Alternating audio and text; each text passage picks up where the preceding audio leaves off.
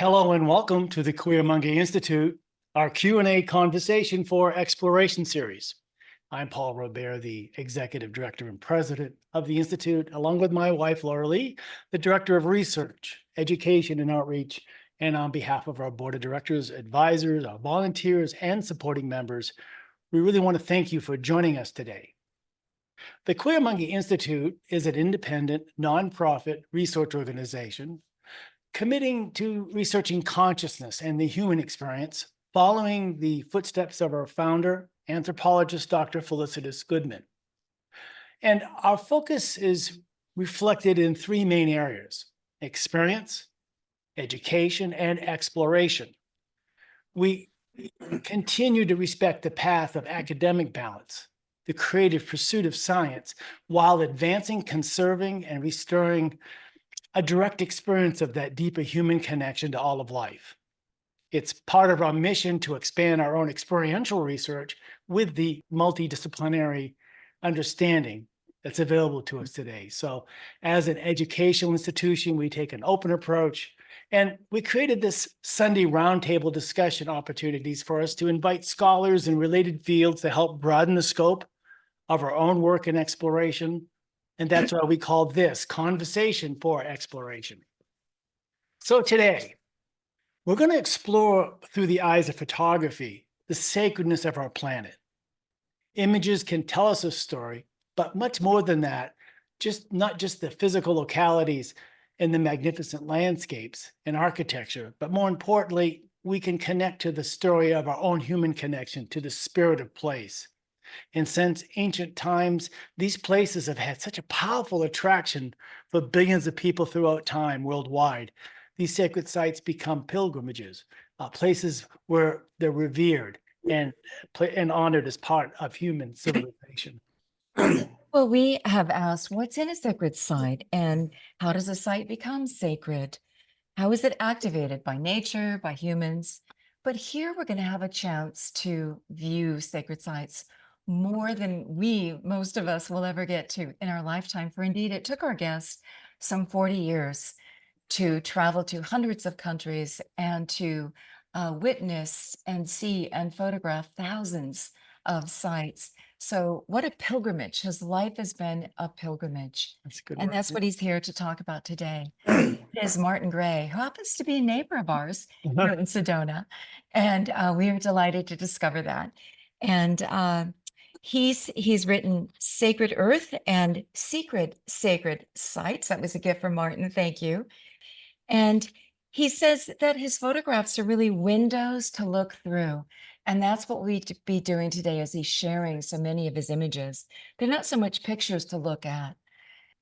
What an extraordinary life you've led. And we're here to hear all about it. Thank you and welcome, Martin. Good to have you here. So how does one start this voyage, this pilgrimage that is one's life? I think you started as a child, your father, a diplomat. You were taken around the world early on. Oh. Yeah. Good morning to everybody that's watching this. Nice to be here with you. Nice to share these images with you. I often am asked how I began this, and I guess I'd say it's with my parents. My father was a military attaché, and I got to live in a few foreign countries. And the most influential one for me is when I was 12 years old, I moved to New Delhi, India for 4 years. My father was somewhat interested in photography and archaeology, though he didn't know anything about either one really. And my mother really liked to travel. And so we traveled around, my mother and I traveled around India. And when you travel around India and you see monumental architecture, those are temples, mosques, things like that. And I was taking pictures. I didn't know anything about really photography at that point. I knew nothing about archaeology or religion at that point, but I was rather amazed at the beauty of what I was seeing. And also, though I couldn't put it into these words at that time, there was a feeling. I enjoyed being at these holy places. And at that time, I didn't even know the distinction between regular holy places and pilgrimage sites. There's a very great distinction. I didn't know that. But I lived for those 4 years in India and took a lot of pictures. And then I can go on and on and on about that, as I will. The beauty, we're activated with our eyes. The feeling, we're activated with our heart, our emotions, chants and bells and singing, our ears. So this is really, I mean, no wonder these sites are so important and that draw us in, because it's really activating us on so many levels, isn't it? In And my writings and in my reflections on this subject, I've actually come to delineate 32 different types, 32 different types of sacred sites or pilgrimage places. Hmm. And then if someone were to say to me, okay, well, what makes a sacred site a sacred site? How does it affect people? And then there's 20 different factors that contribute to the power of place. You ooh, just mentioned a few there of the sound. Yeah, the visual for me is very, very important. When people see something of great beauty, it touches them deeply. And in a lot of these pilgrimage places, when you go to them, people are chanting, people are singing, people are playing bells. And so there's that sound element also. or they're burning I fragrance, and they're burning Yeah, incense, right? That's another that, one. that's Okay. another one, and I think it's the compilation of a number of those things that create this field, this Mhm. possibility at a Yeah. site for people to be influenced by them. And you mentioned the field, and so the very act of we behave, what we do, the field that we open up, we're activating a field of Connection. some energy. Yeah, Mhm. there. There are I felt that essentially too. three types of people that go to pilgrimage sites. By far, the largest number are traditional religious pilgrims. Buddhists go to Buddhist sites, Hindus to Hindus, Christians to Christians, and they don't think in the terms that I'm thinking of talking about. They're going to fulfill a religious vow or gain merit or just the perpetuation of their culture. Then there are tourists that they go on tours and they go to places of monumental architecture. If you go to England, you may be taken to Stonehenge. If you go to Egypt, you're taken to the Great Pyramid. If you go to Peru, you're taken to Machu Picchu. And so you're in a field, but you don't really think in those terms, but you're at the site, so you're still in the field. And then there's people like us and a lot of people watching this, and we're not really sure why we go to these places, but there's some sort of spiritual magnetism the places have, and so they draw us to them. Yeah. All of the people are in the field that is there. For example, if it's really cold outside and your dog is outside and you open the door, the dog is going to come in. The dog doesn't know about thermal gradients or anything like that, but it feels good inside. It's warm. Yeah. Same thing with people. You go to one of these sites and maybe you can't explain, and it doesn't really even matter whether you can explain it or not. You're there, you're at that place. And they're really, I can talk a lot more about that field, but you're in the place. And that's what's really important, to go to the place. It's really beneficial to look at these photographs because, as I was saying earlier, that they're not photographs, really, they're windows that you can look through, and thereby there's some sort of communication between you and the space. As I sometimes say, there's a communication of the visual homeopathic essence of the sites. So it's Ah. really beautiful to see that, to have that flowing between you and the image. And more important, to go to the place, be at the place. That's the most important to me for a few different reasons. Important to Okay, be so there. what are those reasons? Well, the energy goes both ways. One of the first books I wrote, gosh, this is 40 years ago, is called Planetary Acupuncture. And it's my theory that a Yeah. human being at the earth is sort of analogous to an acupuncture needle in the human body. And the earth has a series of these points. And some people talk about grids. Okay, grids, of which there's a number of different types, explain some, that's the operative word, some, but not all, of the location of these sites. And at those sites in particular, but probably all, when a human being is at the site, the human being is having an energetic effect upon the earth at the places. And also the earth is having an energetic effect upon the person. So the energy goes both ways, in my opinion. How do you compare the early sites? I mean, people all over the world were building with great efforts, with Mm. primitive tools, these monumental No. sites. And I look around at us, and what are we building? Tall banks, what are we? Disposable architecture a lot of Yeah, times. I mean, we take our resources and we use them very differently. We have a different sense of our purpose here than we did in earlier eras. So, Like I wanted said, to well, say what you're something. talking about, Martin, if I'm following you correctly, is that there's a sense of energy of place. And that this place, when we step into it, when we go to these places, whether we're out in the outback with the Aboriginals in Australia, or whether we're standing here in Sedona, Arizona, or whether we're in Egypt, or like you mentioned, other places, there's something about place and energy and a relationship that humans have. And there's all kinds of theories where it all is, and people want to add things on top of it. But ultimately, there's something that compels us from within. Call it what you will, but there's a relationship, and maybe and not getting ahead of our story, but what I love about your work is you're saying that it's a place that reconnects us to the very planet that we live on, that we become aware in this environmental crisis that is going on around The us. narrative is all is sacred, right? That's the it. bottom. That's the bottom line. Yeah. Well said, by the way. That was well said. Yeah. I feel that the sacred sites do a number of things, and they attract us because of some benefit that we can have to the earth, and they attract us because of some benefit they can have for us. And it is my opinion, my feeling, that the different sacred sites function as sort of keys for different people. And there are many people, in my opinion, that are at a place where they're about to awaken into a deeper state of spiritual consciousness, in a deeper state of connection with the earth. And when you go to one of these places, those places somehow stimulate that, catalyze that, awaken that. So I feel it's very, very good for people to go to these sacred sites for that reason. And I feel, I used that word spiritual magnetism earlier, that phrase. I feel that the sites are attracting people, they're calling people.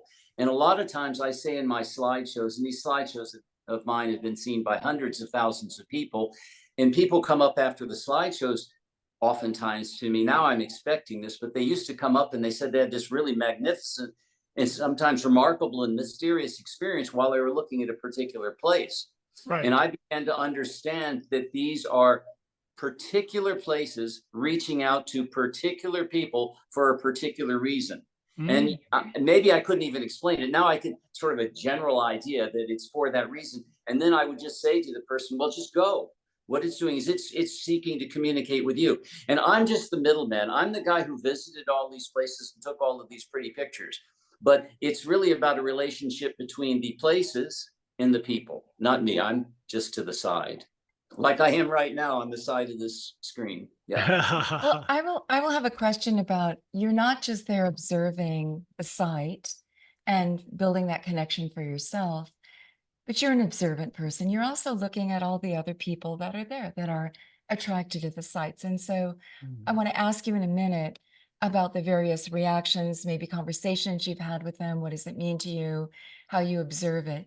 But I also want to say that we had a similar experience at the Palais de Tokyo in Paris in 2017, when we were invited to take our work with ritual postures formulated by Dr. Felicitas Goodman, anthropologist. And you've said you've read about her, and a modern artist that invited us to participate in her exhibit blew up our sacred tools as objects in an exhibit in a way that we said they must work authentically. And then she asked us to create a performance piece on that beautiful stage, which we did, which was really our ritual. And walking in there, we observed people knew it was a sacred space because it had been set up and activated. General So public. Yeah. the general public Mhm. would treat this like I said, they just walked in and instantly you could see it on their face. You could see their body language. They'd often imitate the posture with us sitting around this stage as we were performing it. It was extraordinary to see. I do believe many times the museums now act as modern cathedrals, because depending on what you put in them, and we respond to art's such a universal language.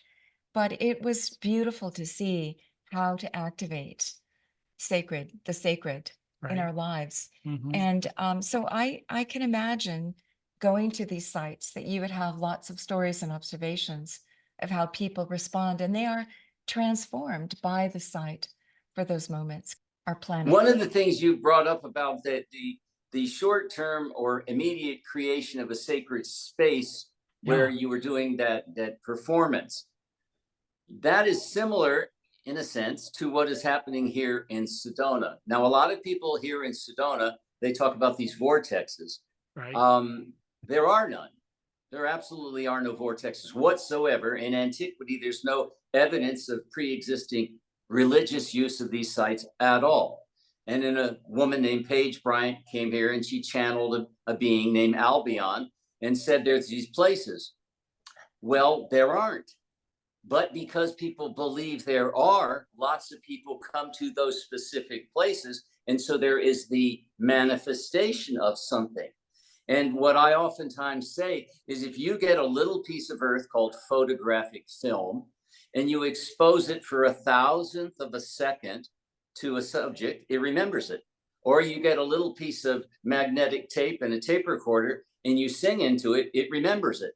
So if you get a larger piece of earth and you have hundreds of thousands or millions of people coming to it, the earth remembers it. So there's this building of a field, even if there wasn't one there in advance. That's the explanation of these Sedona vortexes. There were none, now there are becoming some. And so what you did when you were in Paris is when you get this combined energy of people with a focused intention, it does create a field. When you have that happening in a certain place for a long, long time, the field builds, really, really builds. Because sometimes people, one of my first books was called Sacred Earth. And in one sense, the whole earth is sacred, yes. Just like the whole body is alive and the whole body is sacred. And yet these acupuncture meridians are in very specific places and the points along them are in very specific places. And when you get acupuncture, it's not like you're just getting a nail and putting it anywhere. A good acupuncturist is very, very, very, very precise about the placement of that very thin needle. Same thing on the earth. Yes, the entire earth is sacred, for sure, no debate of that. And yet there are specific places where that energy can, or that quality, that character, whatever it is there, that can be best accessed. Specific places. Because a friend of mine talks about sacred landscapes. Yeah, so there's certain forests that are sacred. The forest is sacred. Or lakes up near Taos, Blue Lake, whole lake is sacred. So there's sacred landscapes, sacred areas, and then there's specific sacred sites, specific places. And if, for example, if you go into some of the medieval pilgrimage cathedrals in Europe, the whole place is a sacred space. But if you learn how to dowse, you'll find out, oh, a lot of times there's 1, 2, or 3 specific dowsable, and they're usually only about 1.5 to 2 to 3 feet wide, where there's a sort of beam of energy that comes right there. So the whole place is sacred, but there's specific sites in that cathedral. If you don't know how to find them, I can explain that, but specific sacred sites. So we have meridians, lines of meridians. So would Mother Earth, right? Lines of meridian where there's more potency, where this energy is bubbling up. Okay, Robert Lawler was a favorite interview in Voices of the First Day. He talks about the red ochre, the clay that's full of iron. We've got iron in our blood. We've got magnetite, little cells with iron in our brain. We're tuned to, as many animals, even more so, to Earth's magnetic field. So he talks about, hey, certain cultures would find that very precious iron-rich clay, put it all over their bodies to enhance their attunement to Earth's magnetic field. So here, I was always thinking about Sedona, the natural beauty, these beautiful rock formations. I mean, natural beauty is a factor of these sacred sites. But here, Earth has dressed herself in more iron to amplify that connection to Earth's magnetic field. So I think there's some basis here. Agreed. Where it's amplified. So agreed. The whole area, for sure. Yes, thank you, but not maybe the rusting. Yes, the red, for sure. The whole area. I'm just saying a specific site. And Paige Bryant, wonderful being, but I've been living here for 30 years and I'm kind of well known for this. I climb a lot. I've been many places, and I'm a very, very accomplished dowser. And Oh, There I are want to go no dowsing with you. Yeah. there are no vortex sites here the way that the way the new age community likes to fantasize about it. Sure. And what I'm just doing is I know as much about the subject as perhaps anybody in the world, and I'm just being a bit of a contrarian. That's No, good. no, I'm just making an analogy for. And by the way, trees could also serve as those acupuncture needles, could they not? I mean, Yes, think about yes, When we did our trip to Central Australia, we went to Uluru and we got up to the sunrise walk around Uluru and the whole circle. I have to say that when I came to Sedona, I felt that yep, familiar energy, that familiar yep. relationships. In the well, middle of look, Australia, Uluru was a red rock as well. right? Yeah, Yeah. maybe that's We would part walk of it. around there and we would see that that elders had been there before and carved in the sand these sacred symbols. Oh, yeah. Yeah. So, we've talked a lot how sacred symbols are activating our connection, deeper Yep, connection. that's true also. So, Well, you good. have such a broad perspective, Martin, that we're not just talking to a National Geographic photographer here. We're talking about someone who is so much more On a in- pilgrimage on a quest. pilgrimage. Yeah, something on a much more personal journey that goes way beyond the camera. And Your so, life has been one long pilgrimage, I suspect. right. Yeah. Yeah, Always in and tune. it was in 1982.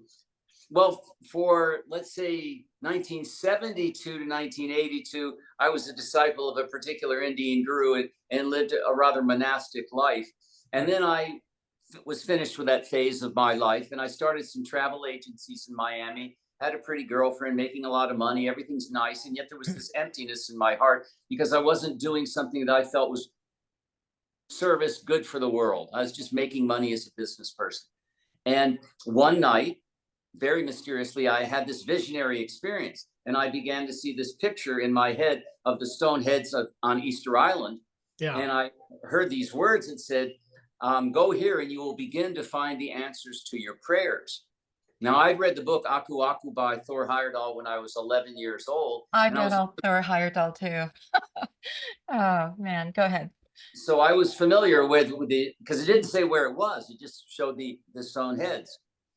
So it's a 50, 100, 200 sentence story that the next few chapters of that story. But then I went to Easter Island and Machu Picchu, and at both places, and I didn't know how to dowse at that point. I knew a good bit about archaeology at that point, but I didn't know anything about sacred archaeology. But at Easter Island on this volcano called Rano Raraku, and at Machu Picchu, inside the ruins, on the Intihuatana stone, I had two more of these visionary experiences. And both of them, I saw this 5-story wooden pagoda, which it didn't explain to me that it was in Japan, but it said, follow the pilgrimage routes of the ancient religions. Both places. So Easter Island and a couple of weeks later, Machu Picchu, I saw this picture in my head. And one of them was right in the middle of the day when I was in Easter Island, got a bad sunburn that day. And the other one was in the middle of the night at Machu Picchu. And they both showed the same picture, and it said, follow the pilgrimage routes of the ancient religions. So I decided to do that. I had to sell my travel company. I had a bunch of people working for me. During that time, I started to study Japanese, and really never got that one down. Didn't know how to do research about the subject. So I thought, okay, I think it's Japan, but I wasn't even sure. So I went up to the Library of Congress a few times, and I went into the library there, and I got books on architecture for Japan. And I saw, there's these temples, and some of these temples are at sacred mountains. So I plotted all the places that I wanted to go on a map. And then I went to Japan, took a bicycle, did it all by bicycle, Japan and Korea, and began to have more of these visionary experiences and fell in love with these places. And then near the end of my time in Japan, I was there's the two religions, primary religions there, Shinto and Buddhism. Buddhism really only came over in 4th, 5th, 6th centuries. And Shinto had been there a long time before. And Shintoism doesn't have deities. Shintoism holds rocks, lakes, mountains, forests as sacred places. And at this one place, the primary sacred site of Shintoism, called Izumo no Taisha, there's a belief that all of these different Shinto Shinto spirits come from around Japan each year on a particular date, and they assemble and they spend a month with each other frolicking, and they gain some healing, they gain some power, they gain some community, and then they go back to their respective areas in Japan. I thought, oh, this is sort of silly. No, nobody believes this. And I was rather astonished because there were thousands and thousands of Japanese there and me. And so I participated in this ceremony. I didn't know what I was doing. And the next morning I went up on top of the hill overlooking this very large temple compound to take a photograph of it. And I had another one of these visionary experiences. And this one was really explicit.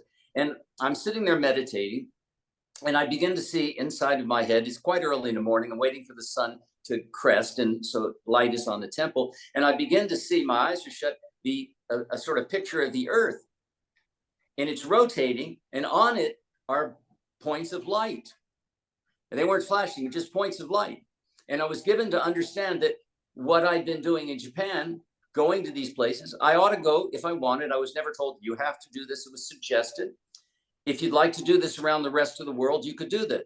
Go to these power places. I wasn't even yet speaking of them really as sacred sites. I was saying power points. You could go to these around the world in a very specific region by region order, and you could do this thing called planetary acupuncture. Though I'd already been told that from a visionary experience before that. But I thought, oh, that's great. I really like the sound of that. Even though I liked my girlfriend, even though I was making a lot of money at this travel company, I was bored. You and had I a higher thought, calling. Yeah. I would like to do this. This sounds great. And so I went back to Florida and I sold my business to my business partner.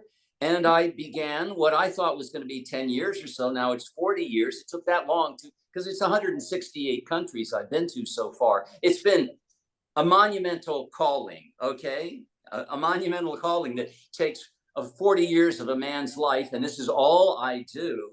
And then I started reading in a huge amount. I've read about 3,000 books on the subject now, and I've been to probably more of these sacred sites than any human being in the history of the world. And so on that subject, I often say I would make a useless husband. I can't make anything.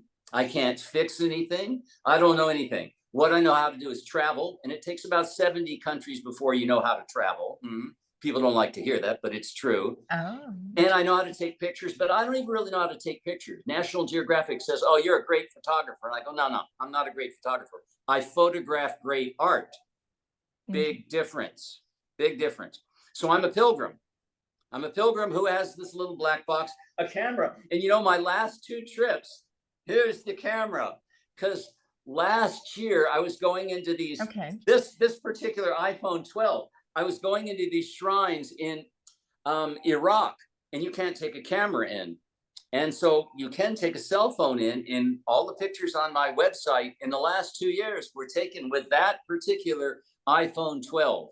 Yes. And so I just go to the places and I make a prayer to the spirit of the place. I say, help me in the composition of this image such that the arrangement of the elements within the image are really alluring, so that when people go to the sites or when they look at the picture, they get that sort of transference of the energy of the place. Perfect. Long answer right there. No, right answer. I love it. Answer. We appreciate that. Paul wants to take some questions from the chat. Well, I first have to ask really quick. Okay. There's many different ways of creating a mindset to go on a pilgrimage. And when we were in Oaxaca looking at pyramids, and we went to Guadalupe, stopped at that big, beautiful church honoring Guadalupe. You mean the one in Mexico City? Mexico City, okay, yeah. Thank you. Because Oaxaca's Monte Alban and Mitla, but Mexico City, 1531, Juan Diego. I've been to that pilgrimage twice. What a magnificent place. Yes. Yeah. Thank you. Pre-Aztec, okay, it was already a sacred site, Teotihuacan, and then Juan Diego came there and he had an experience that a priest said, oh, that's Mary. The apparition never said it was Mary. The priest said it was Mary. You got to be clear about that. That's really important. He had an apparitional experience. What was that apparitional experience of? Same thing in Lourdes, same thing in Fatima. It's the priests that say it's Mary, but the apparition never said it was. Said it was Queen of Heaven. In the Lourdes, in Fatima, Queen of Heaven, never said it was Mary. Gotta say that. Thank you. I love Mary. I love Mary, and I love Mary in apparition sites. but let's be clear on the factual history of The things. factual history. I love you, man. This is great. Yeah, thank you. And yeah, I do know Oaxaca from Mexico City, and we were there for the pyramids, but we stopped in Mexico City. But did see the Guadalupe site. But my point is that we actually saw people on a pilgrimage there on their knees, get up, take a step on their knees on cobblestones, the whole way. And I thought, wow, that's a very different form of pilgrimage than I would be willing to take. I don't want to do mine in pain. I want to do mine in joy and be open with my brain, open to communicating with the all there. But I respect other people's methods. Maybe some have to show that kind of devotion and arduous journey. Maybe there is the thing about if the pain that I can endure sends me into an altered state. So I just thought, No, you were going to that's the define effective, pilgrimage. I that's was the going to effective ask you what you Christic, have observed. yeah, that's the effect of Christianity and the patriarchy. You see the same thing in Shia Islam at some of the Shia sites in Iran and Iraq, all of which I've been to. You'll see Shia, not in Sunni, Shia men flagellating, not the women, the men flagellating themselves. In Buddhism, at Mount Kailash in Tibet, you will see some people, takes 3 months, go all the way around Kailash on their knees. And then in some Christian pilgrimage sites, Mount Kilpatrick in Ireland, for example, people think they have to suffer there. You don't have to suffer for divinity. You don't have to suffer for the sacred site. No, it's mostly men programming people saying you have to suffer. You do not have to. What do you have? There's no have to at all, by the way. And there's no have to at all. I mean, there's suffering when you're doing the sun dance. What I'm just saying is I respect other people's paths. Yes. I think the best way is to go with gentleness and softness, in prayer, in happiness, in ease. Yes. Yeah. There's no have tos. Exactly. In my opinion. Find your own path. Well, Lori in the chat room asked 2 good questions. First of all, are we drawn to sacred sites because of ancestral memories? I also long to connect with these sacred sites live, but I almost feel it's wrong because of stolen land. That's a big question. And then the second question she asked is, okay, well, let's just stay with that first question. Ancestral. Okay. Yeah. This is something, I come from a very strong programming of Hinduism and Buddhism. And in both of those religions, there's the notion of past lives. So what I would say is it's a very good model to explain some things, but it doesn't explain all things. So I can't say for sure. I cannot say that for sure. I'm humble enough and accurate enough to say I can't say that for sure. Other people have had these experiences and they'll say something for sure, and I'll go, maybe. I don't often speak in absolutes. I don't often say totally, completely, never. I say seemingly, maybe, possibly, more frequently. There's a 70-year-old man who's read many thousands of books, who's had a variety of experiences. The older I get, the less sure I get of things. Smart. Yeah. Very wise. Janet's asking about the ley lines. Do you feel the ley lines are energetic currents of Earth? Yes, but when you talk about energetic currents of Earth, now I can go into a lot of detail about this one. And again, I'm not saying anything that I'm saying is the truth. What I'm saying is some of the things I'm saying seem to be possibilities. So the notion of ley lines, in 1921, a guy named Alfred Watkins came out with a book called The Old Straight Track. He was not an archaeologist. He was not even a dowser. What he was doing is he was a moderately good photographer, and he was visiting pre-Reformation pilgrimage cathedrals and some stone circles and menhirs and dolmens around the English countryside, and he marked them on maps. And one day he was looking at his maps and he went, oh my gosh, you can draw straight lines between them. And so he theorized that these were trackways left by the Romans for transportation purposes.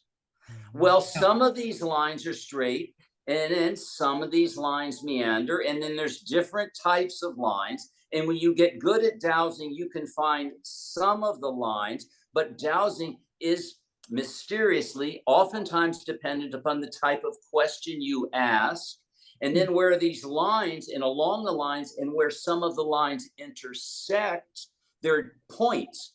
And then if you get good at finding these lines and you get good at finding the points and you stand outside of the lines and you hold a pendulum over the point where the lines intersect, you will notice that, oh, the pendulum can be going clockwise or counterclockwise, in circles or ellipses, and the circles or ellipses within the greater circle and ellipse can be going counterclockwise or clockwise. And to me, these are representative of the particular energetic quality of that site. So it's not, it's very simplistic to say, oh, ley lines. Well, it's much, much, much deeper than that.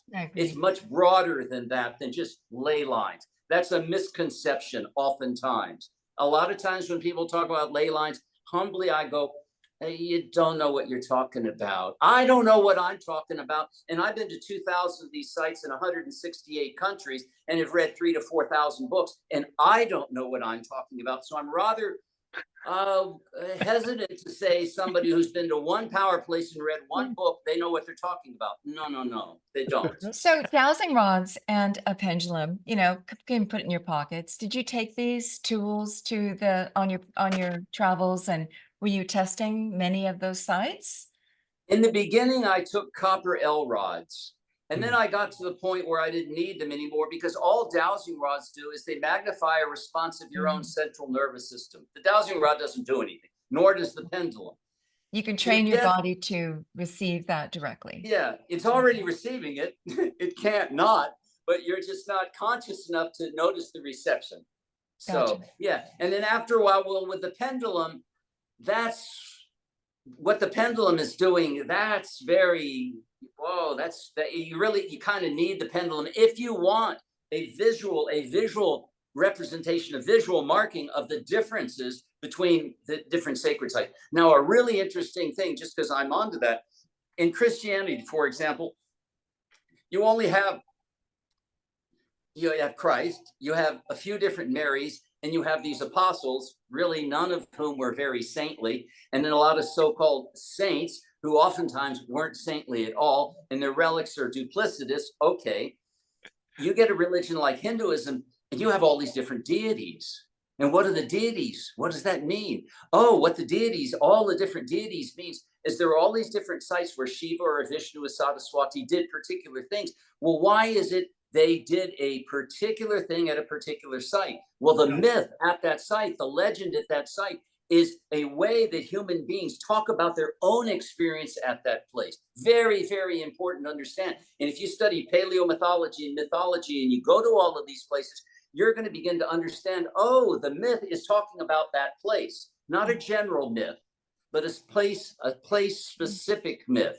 In India, for example, there's 5 major categories of Shiva sites. And at every single one of them, Shiva did a different thing. That's really, really important to understand. Really important. Here's another great one. In India, depending on 54 or 25 counting of this, they're what are called Shakti Pitha sites.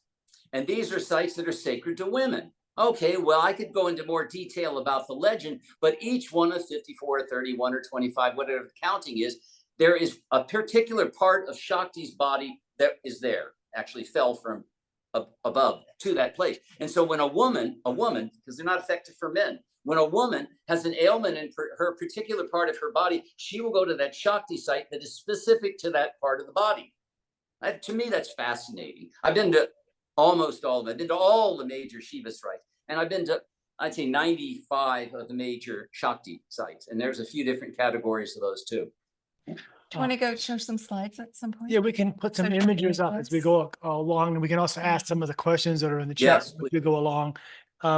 Just to bring everybody else up to speed, is that Mm. we're not going to stop at each slide and describe the particular place or whatever. If something speaks to Martin, he wants me to stop it, I will. Otherwise, we're just going to enjoy the journey while the conversation It's an continues. immersive experience, Exactly. right? To behold these one after Martin the says other. he doesn't do traditional slideshows, and we don't do traditional conversations. So this works out perfectly. well, I used to do traditional slideshows, and then people go, my gosh, Martin, they go a long time, 3 hours, 4 hours. And I go, people stay that long to see Lord of the Rings movie. So why not stay that long? And there's no super glue on the seat. You can get up and leave at any time. So, well, the nice thing about the way these pictures are going to be seen is I put this slideshow together. The images are there for 15 seconds. The first 5 seconds, no caption. Then the second 5 seconds, the name of the picture of the place underneath it. And then the third 5 seconds, nothing. So you can see where it's at, and you can see the picture. And each one of these sites, oh my gosh, I have so much to say, because you see, the thing that's different between me and a lot of these social anthropologists and archaeologists, they get their PhD dissertation, they study these places from an academic vantage point, and sometimes they go to them once or twice. Okay, what's different about me is, okay, I've read all the books. It's just extraordinary the amount of books I've read, but I actually go to the places, and not just once to do my PhD dissertation with a clipboard and ask a few questions, but I go as a pilgrim, and then I go to site after site after site for now 40 years. So I have really quite a vast experience. There's one that's Mitla, that's close to Oaxaca. Yeah. And so I can talk about the archaeology and mythology of these places. And then I can also talk about what happened to me there. And none of that is on my website. None of my personal experience, just mythology, history, archaeology is on the website. Soon, but I've been saying this for a few years, soon I'm going to begin making some 3 to 5 minute videos that I'm going to put at the bottom of each of the pages on my website. And that website's very huge. It's got 400 or 500 pages about individual sacred sites. But again, nothing, there's just mythology, archaeology, but nothing about my experience. Soon, I've been saying that for years, soon I'll start making some videos to put them at the bottom of each one of those pages. And then I'll talk more of my own personal experience. So on your website, you've grouped them by continent, and we'd like to get a smattering of the different continents as well. Yeah, so on the website, they're by different continents. Different continents. And then within the continent, on the website, it'll go alphabetical. But here in this slideshow, I just put 300 pretty pictures. I have 2,000 pictures of this quality. And again, on each one of these sites, I can talk archaeologically, historically. And when I say archaeologically and historically, there's sort of two vantage points to come at that from. There's the orthodox, the narrative that you receive from the universities. And then there are alternative scholars like myself, some of which know the archaeology, many of whom don't. I know both. And so I talk about both, and then I leave it for the reader to make up their own mind and be influenced the way they will be influenced. Because I feel it's rather arrogant for a lot of these university trained PhDs to say things, oh, this is how it is. No, that is how it might be.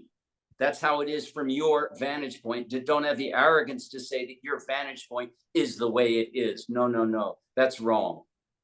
Like a friend of mine, a good friend of mine, he wrote the foreword for that book, Sacred Earth, Graham Hancock. And right now there's a number of people that don't like Graham Hancock. And the other day I was saying to Graham, you should stand on the shoulders of giants, don't kick them in the shins, which I feel he does sometimes. What he could have done in that Ancient Apocalypse Netflix series he did is a few times say, Graham, okay, a few times bring up some of the shortcomings of the anthropological, archaeological community, say that, and then move on. But because they have been so mean, rude to him, he was a little bit too strong in his meanness and rudeness to them. He's aware of this. He's aware of this. So hopefully if he does another Netflix series, because Graham is really good. Graham really knows his stuff. But the thing is, this Ancient Apocalypse, another thing I said to Graham is, I said, Graham, and John Anthony Weston, Robert Bauval, I know all these guys. And I say sometimes to them, the fundamental difference between us is you guys are talking, and I've read all of their books, and I have all of their books. You guys are talking about ancient places, some of which are sacred sites. Me, I'm talking about sacred sites, some of which are ancient places. And to me, it's more valuable to go to sacred sites than ancient places because there's something that happens there. For example, as I've said a lot of times, the angle of the pyramid is not really that, it's an intellectual curiosity. It's really not that necessary for you to know all of these angles and the archaeoastronomy dates. It's really not. What's important is to go, to be at the places. Because whether you know all of this archaeological data or not, you're still there. Just like if a dog goes into a warm room, it doesn't know about thermal gradients, but feels good. Same thing for us. If you want to take a parallel journey between the archaeology of the archaeology and mythology of the site, great. That's good. I like that. But the thing is, go to the place. That's the important thing. Well, can we also have around sacred sites some civility and say that we don't cancel out each other's opinions? We can just respect different vantage points or different Yep. That's why I bodies of often say it's research not and either not, or, it's both. you know, It's they not can either or, coexist and it's people both. can take of what they want, but I would never cancel out those who have Yep. studied this so in depth in an academic Yep. sense. I think that that is so valuable. And I think Yep. experience is so valuable. So I would hate to see such politics get into the sciences. Well, the politics gets in because they're religions too. All the religions are fighting. But let's just enjoy your sacred sites and let's focus on these. And can you tell us maybe some of your experiences or just how you enjoy them or? Oh, well, how I enjoy them is I just go. Yeah. I just go and be at the place. And I don't have any idea of what I should do. A lot of times I'll participate in the rituals of the people that are there, but a lot of times there's no pilgrimage happening. Or in Christian sense, oh, I could go off in a few different directions on that. So I'll participate in the festivals, the ceremonies, if other people are doing it. But a lot of times I'm just there. There's nothing that you have to do. There's what you get to do. And so when you're there, if you're called to meditate, okay, I'm called to meditate at a lot of these sites, but a lot of times I try to sneak away and take a nap. I think it's really good to, if you can find a place that nobody's going to find you, then just lie down and take a nap. 10, 15 minutes, go into that state. That's a really great idea, in my opinion. I have found some very profound experiences at these sites of closing my eyes and seeing what it wanted to show me on the inner screen. I agree with that. You know, part of the thing is that some of the sites that are most recognizable, it's almost like they have better press agents. It's like everybody wants to flock to them. And then you go to a place like the island of Malta, which doesn't have the amount of traffic that, at least from a US point of view. And it's so magnificent to see these temples and what these people did and the power of place there. But it's, you know, you say Malta to people in the US and they have to think about where you're talking about. Where is that? But you, of course, you say Stonehenge, you say, you know, everybody knows what Stonehenge is. So I say Stonehenge has a better press agent. Yeah. That's one of the explanations for it, and that's a valid one. Yes, yeah. Wow, In the various books, that big book of mine called Sacred Earth, it's the more iconic, well-known sacred sites. The other book that just came out a few months ago in 6 or 7 languages called Secret Sacred Site. It's the less known sites, the less known, the less iconic ones. Yeah. And I'd like to do a book. I'd like to redo the first book again. And I'd like to do one on the country I know best in the world, India. So I'd like to do a book called Sacred India. Wow, that would be fabulous. Yeah, I agree. I'm just watching the stunning images as they go by here. And the other thing is, you know, look, here we are in Greece. You know, there's throughout history, when I think of sacred sites, I'm thinking prehistory stuff a lot of times, things that go back that are hard to explain how these temples were built and where they came from. But you're even living in a present day sacredness, that temples that are still being built, people are still coming together. It's not necessarily have to be a historical place from way back into history. It's just a place of energy, of collection. Yeah, and then you think about the Marian apparition sites, 1848 on Lourdes and 1917 on Fatima. So here are people, usually children, very often women. They seem to be more sensitive to this. People have an experience, and so then the site becomes known because of the experience they had. And Marian apparition sites, they're Sometimes it's an individual, sometimes it's a whole group of people as well. Yeah, Tell us more about the apparitions. You've said that you've seen apparitions as well. some of these sites? How do you Yes, now it's a understand them? really interesting thing. If someone sees an apparition, they're seeing it themselves. And then they go home and they say they saw something extraordinary, and someone else says, well, what did it look like? And they try to describe it. So let's say they're in a Catholic and a Christian tradition, and many times there'll be a statue or a painting of Mary on the wall. Okay. And so people will say it kind of looked like that. Not necessarily is that, though the patriarchy, the priesthood, here, that one right there, there's two Marian shrines, you know, Zaragoza too, Mary, mother of Christ, and then Mary, the wife of Christ. And the main church right there, some people, oh boy, there's really, the history of that is, and look at that Black Madonna. Oh my gosh, that is such an extraordinary one in Wow. Montserrat, pre-Christian. So I had some apparitional experiences at the very beginning, Chartres. There at the very, very beginning of my journeys, when I knew nothing about what I'm talking about now. In a stone ring, of which there are, people don't know about this, a few stone rings in Japan. I was at a stone ring in Japan, and I woke up in the middle of the night, and there's this apparition showing in the middle of the stone ring. I was astonished. It had no physical features. I couldn't have said it was Mary. And at that point, I didn't even know about Marian apparitions. I just saw this thing. And then one time in a church in a certain place in Mexico, and then one time at a place called Wu Tai Shan in China, and another time at a sacred mountain in Colorado called Hesperus. So I've had some of these apparitional experiences, and I understand the difference between having something, experiencing something, and then our perception of it. Our interpretation of it is not necessarily what it is. It's just the interpretation of it at that current phase in your life, your belief. But what you believe doesn't necessarily mean that's what's true. Right. Well, it is interesting to me that we're celebrating the individual and the individual journey here in our culture, and I take full advantage of that, like all of us. But you know, these sites, the big, huge monumental sites, these cathedrals were built over generations. Took 100 years to construct some of these. These were a civic endeavor where everybody was involved and pitched in, or the mound builders building from just earth piled up on one another. I mean, the coherency is interesting. It's that Getting driving everybody on force. board for a shared Yeah, vision yeah. is yeah. And that's what really stunned me when I went to Malta, the island of Malta, is that what is it in the human spirit that wants us to drag these multi-ton boulders and square them off and stack them?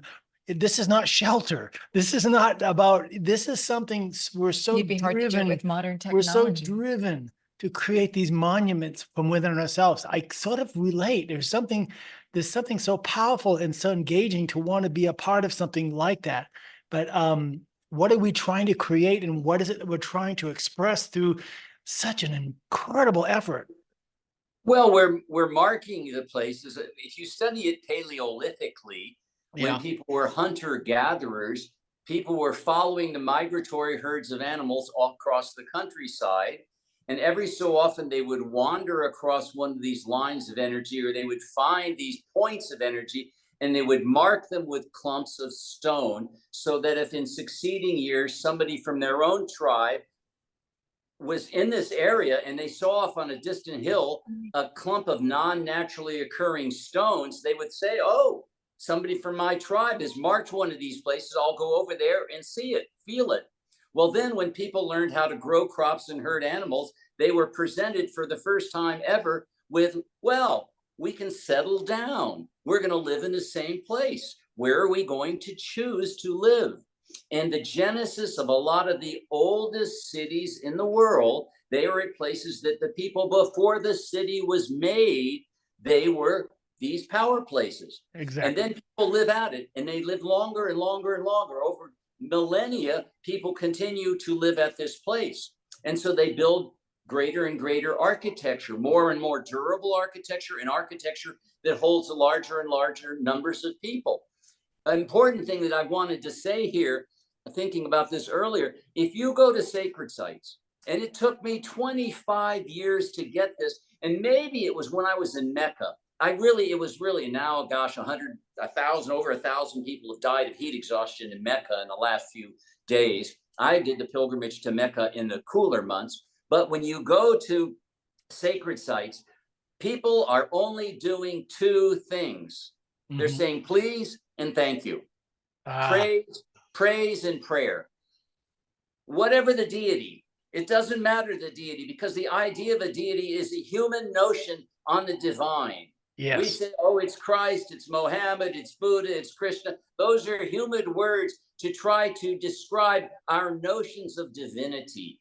But the divinity itself, people are saying please to it. They're praying for something. Let me get healed. Let my daughter pass the exam. Let my grandfather live for a few more years. Or they're saying thank you for a prayer that has been granted. So when you go to these places, you're in the most concentrated places on planet Earth of those two qualities of please and thank you. And so for me, if somebody says, well, why do you do what you do? I go, I like to be in those places where people are in love. That's what I do. I take pretty pictures along the way, but I go to these places so I can be in that field of love. Yes, that's why I do what I do. Wow. Fabulous. I guess I just look at the arc of people coming together to celebrate something sacred and a higher power and a celebration of the ancestors of this larger field of the cosmos, right? The astronomical sites, let's track the heavens.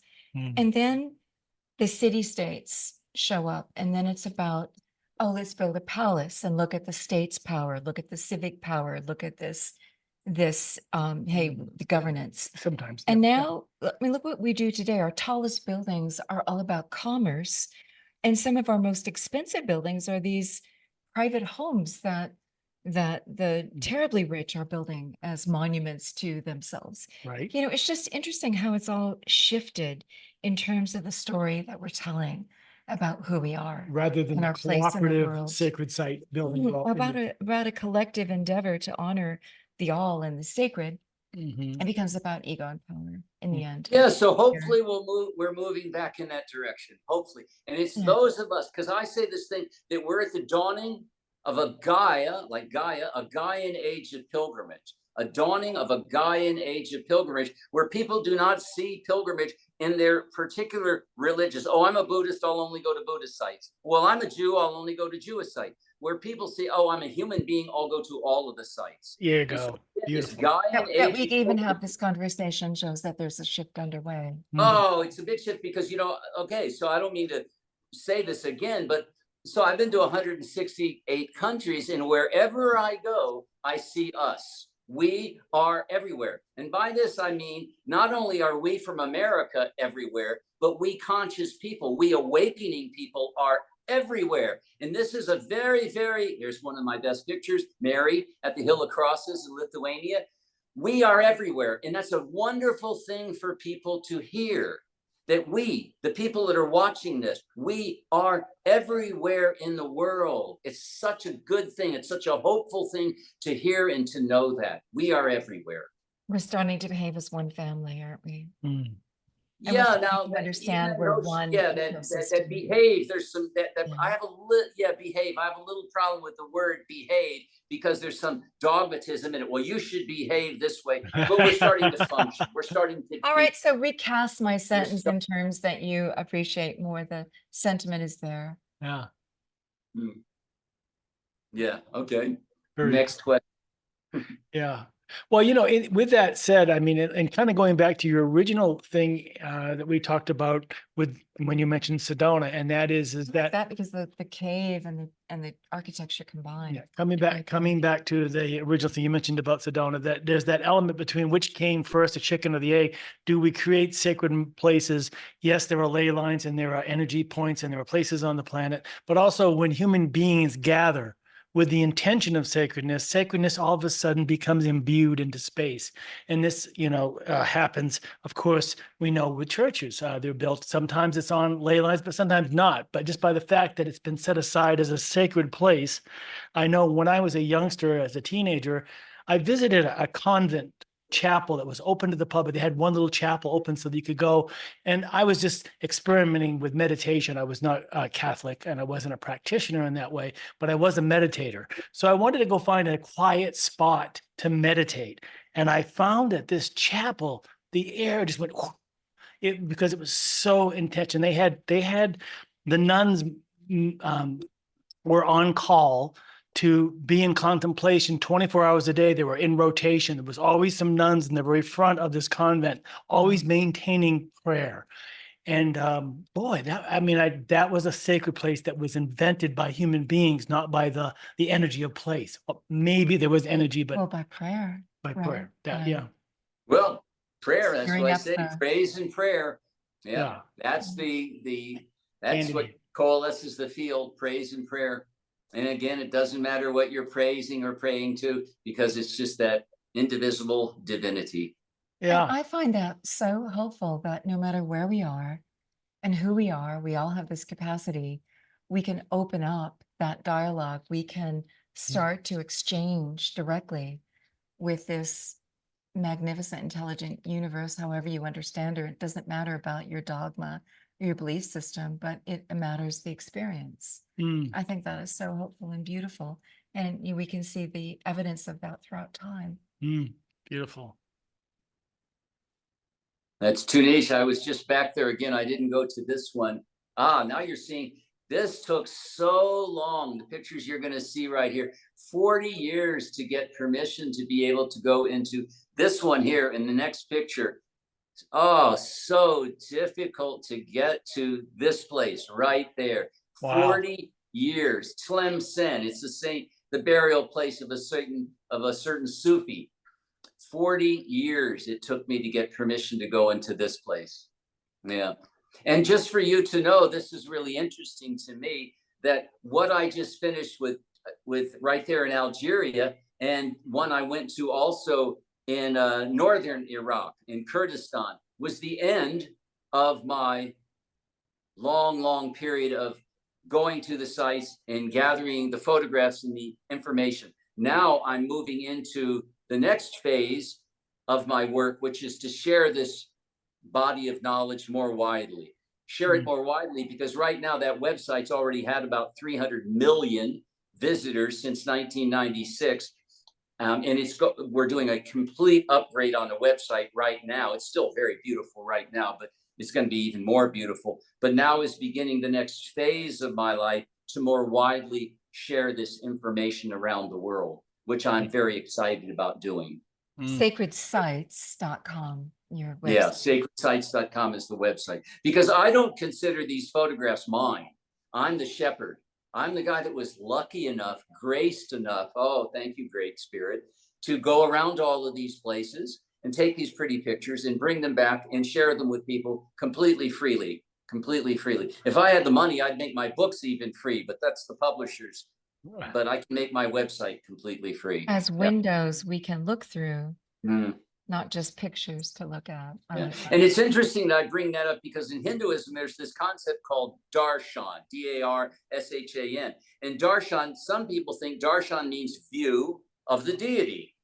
So when a temple is built, then there's a consecration ritual, and then the deity is inhabited by Shiva or Saraswati or Vishnu or Kali or whatever. The deity is living in that. And so people think in darshan, they're getting a view of the deity. And when I say, hey, yeah, that's true, but it goes the other way too. The deity is having a view of you. So when you're in front of one of these statues of the deity, you're in front of Saraswati, you're in front of Vishnu, and the energy, the view goes both ways. Mm-hmm. That's a wonderful thing to know. So when you go to these shrines, and even in Christianity and Judaism, they don't conceptualize it in the same way, but it's the same. Those are windows, the deities themselves, they're windows, yes.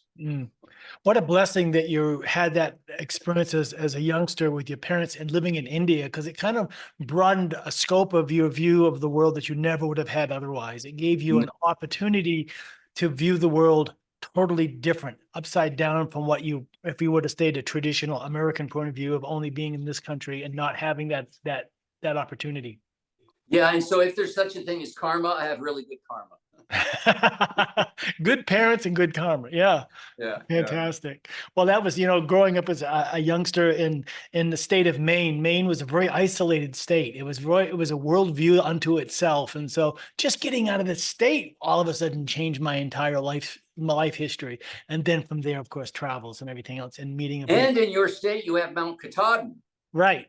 The major sacred mountain of the Eastern United States, which I climbed on harmonic convergence many, many years ago. I was on top of Mount Katahdin. Yes, I've been up there. Yes, absolutely. I do want to say also, though, that we are seeing the hardscaping. We're not seeing the softscaping. And by that, I mean all of the tiny shrines that are there. I mean, we were trekking in New Mexico, seeing shrines, and you'd see the little ball where people had over time scoured out the cupules, used the rock dust in ceremonies. Tiny shrines, but very sacred shrines. We don't see the ceremonies. We don't see the rituals necessarily.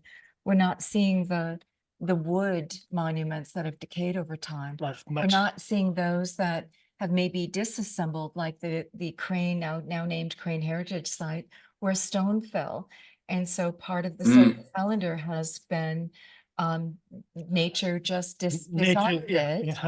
And the caretakers there, the Hopi, are saying, no, that's as nature dissembles things, right? Yeah. Things melt back into the ground and we're not seeing it. So I just want to acknowledge, and if, for example, another Angela Fisher and Carol Bickworth, recent guests with African Twilight, who, as you did, Martin, traveled 40 years throughout all the regions of all the cultures of Africa, but also recording their ceremonies and their rituals and their ritual costumes and the people in those ceremonial garb. And as it's not about the sacred sites so much as the people becoming those temples themselves when in ceremony.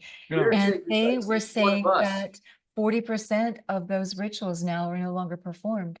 And so we're losing so much that isn't there to unless we record it. So I just want to acknowledge how much the anthropologists, the photographers, the people who are helping to preserve those traditions are doing to keep them alive, to get them And the people known, themselves. to record them. When we were in Australia, our friends Shelley and Graham were telling us, showed us a movie called, I think it was called 10 Canoes. Oh, yeah. And it was about pre-colonization, a story. And it had to do around a tribe that used canoes. And the filmmaker at the end of the film said, hey, I went back to the anthropologists who had recorded and preserved those canoes so that when I'm hiring the actors and hiring the set designers, they could go back and know how these canoes were made. And he revived that whole craft for that tribe. Right. And they said, oh, you've given us back something we lost, and now we're continuing to build and use those canoes. Yeah, And that's so the I flip really side do of it. want to acknowledge all those, whatever your profession was, anthropologist, recorder, photographer, early traveler who wrote in their books, their diaries about keeping these traditions at least alive in some way. Right. And to those cultures themselves who are continuing those traditions and reviving them. I just have to state, it's been such a group effort. And I appreciate your archive in all of this too, Martin.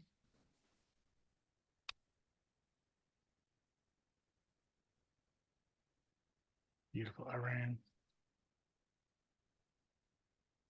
Yeah, some problems right now in Iran with the theocracy, but the shrines are still there. The people are going.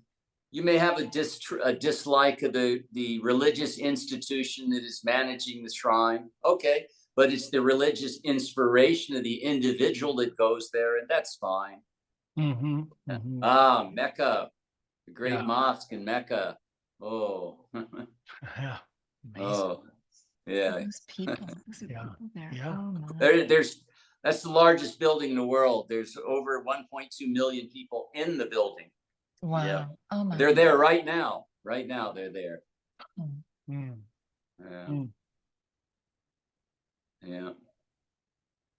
Yeah. So I studied Islam from the inside. I thought if you're really going to study Islam, you got to go to Mecca, and you got to read a great deal about it. And so at this point, I've been to pretty much certainly all the major and most of the minor Islamic countries, and all of the Shia and Sunni shrines, all of them. Yeah. Have a problem with the way Islam oppresses women, but there's some really beautiful things about Islam too. Yeah. Name something specific, because most Americans and most of us in the West don't even know how to address the Islamic way of life and understand how that integrates, and how it's actually quite parallel to many of the things that we believe and practice in Western culture in different ways. Well, it depends upon the historical period, for sure. Right now, it's not doing so well. Islam is very, very, very wonderful to travelers, and for older European women, it's very safe to travel in the Islamic world because you're like a grandmother. So they're very, very polite to women outside of Islam. And they were really great with art and mathematics back in the medieval era. Yeah.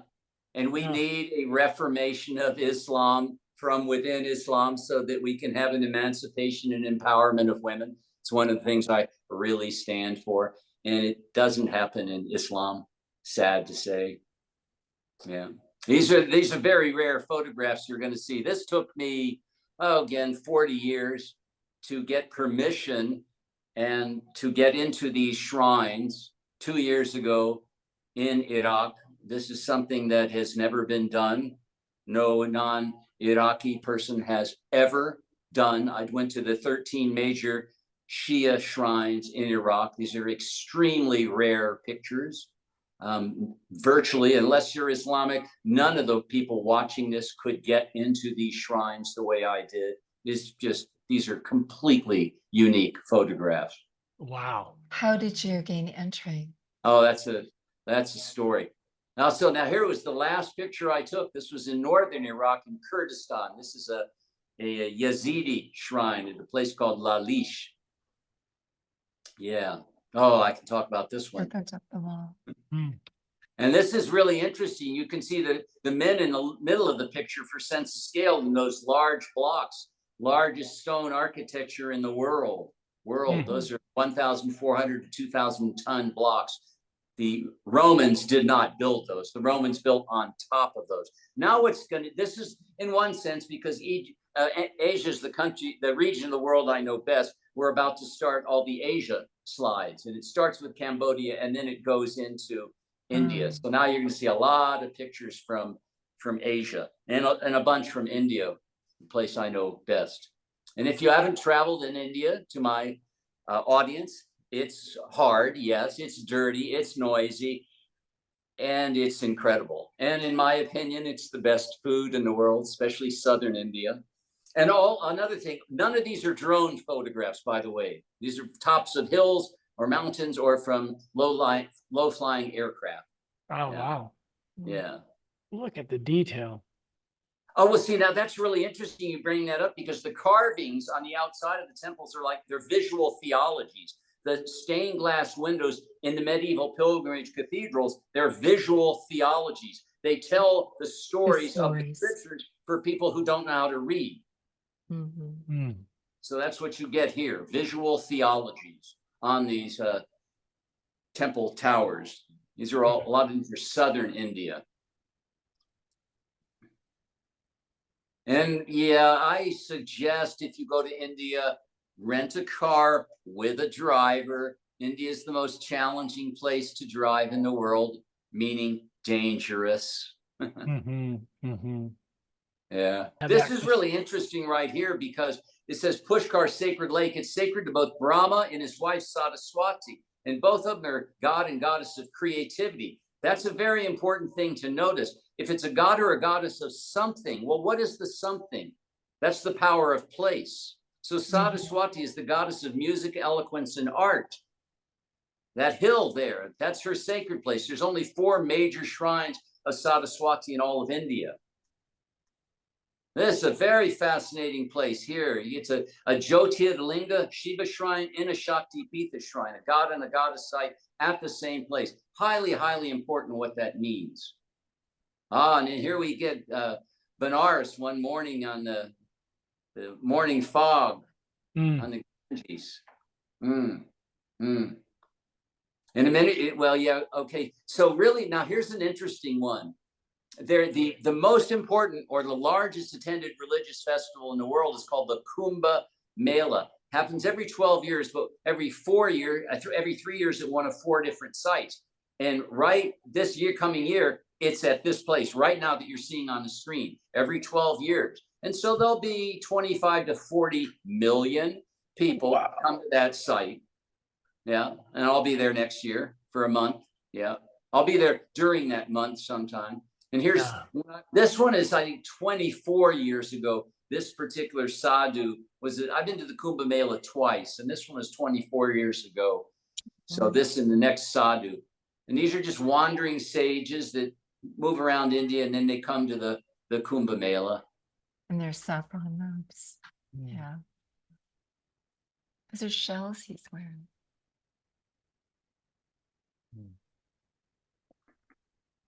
This is a Jain. There's the 2 oldest religions in Hinduism are, in India, Hinduism and Jainism. And this has 863 temples up there at the top of this sacred mountain in Gujarat. These are not Buddhas. These are what are called Tirthankaras. There's 14 major Tirthankaras in Jainism. All of this is written about in much more detail on my website, and lots more pictures and maps. Oh my God. Okay, you see this hill? Look up at the very top of the hill. Yep. You see what appears to be, and it is, a statue of one of the Jain Tirthankaras, which is the next picture. There we go. It's the tallest stone carving on planet Earth, and they didn't carve it and bring it here. They carved the mountain away to reveal it. This is a piece of the mountain. Oh my goodness. Yes. The biggest piece of sculpture on the planet. There's its feet, part of the rock of the earth. Wow. Yeah, it's pretty amazing. Stunning. What do the Tirthankaras represent? There's 2 types of Tirthankaras. They're the ones that are mythical, and there's the ones that were real, alive, and they were given that notion, they were given that name because they were very holy beings, just like bodhisattvas in Buddhism. Some of the bodhisattvas in Buddhism are mythical, and some of them are real people that were given that title. Like saints. Okay. Yes, like saints. Yeah. This is the first place I went to on my own. When I was 13 years old, my mother let me travel to Amritsar in northwestern India. And I traveled here on my own. This picture was not taken then. This picture is maybe 35 years old, these here. Golden Temple, Amritsar. Amritsar means it's a potion of ambrosial nectar you drink to guarantee union with divinity for infinity, basically. Yeah. And again, I can just go and go and go in stories of these places. This is the most holy place of Buddhism right there. That's where Buddha attained enlightenment, beneath that tree, the Bodhi tree. The original was cut down and taken to Anuradhapura in Sri Lanka, and then a cutting of that was brought back here. That's the most holy place of all of Buddhism. Wow. And you can go here. I was back there. These pictures were taken 35 years ago, but I was back there 2 years ago. Yeah.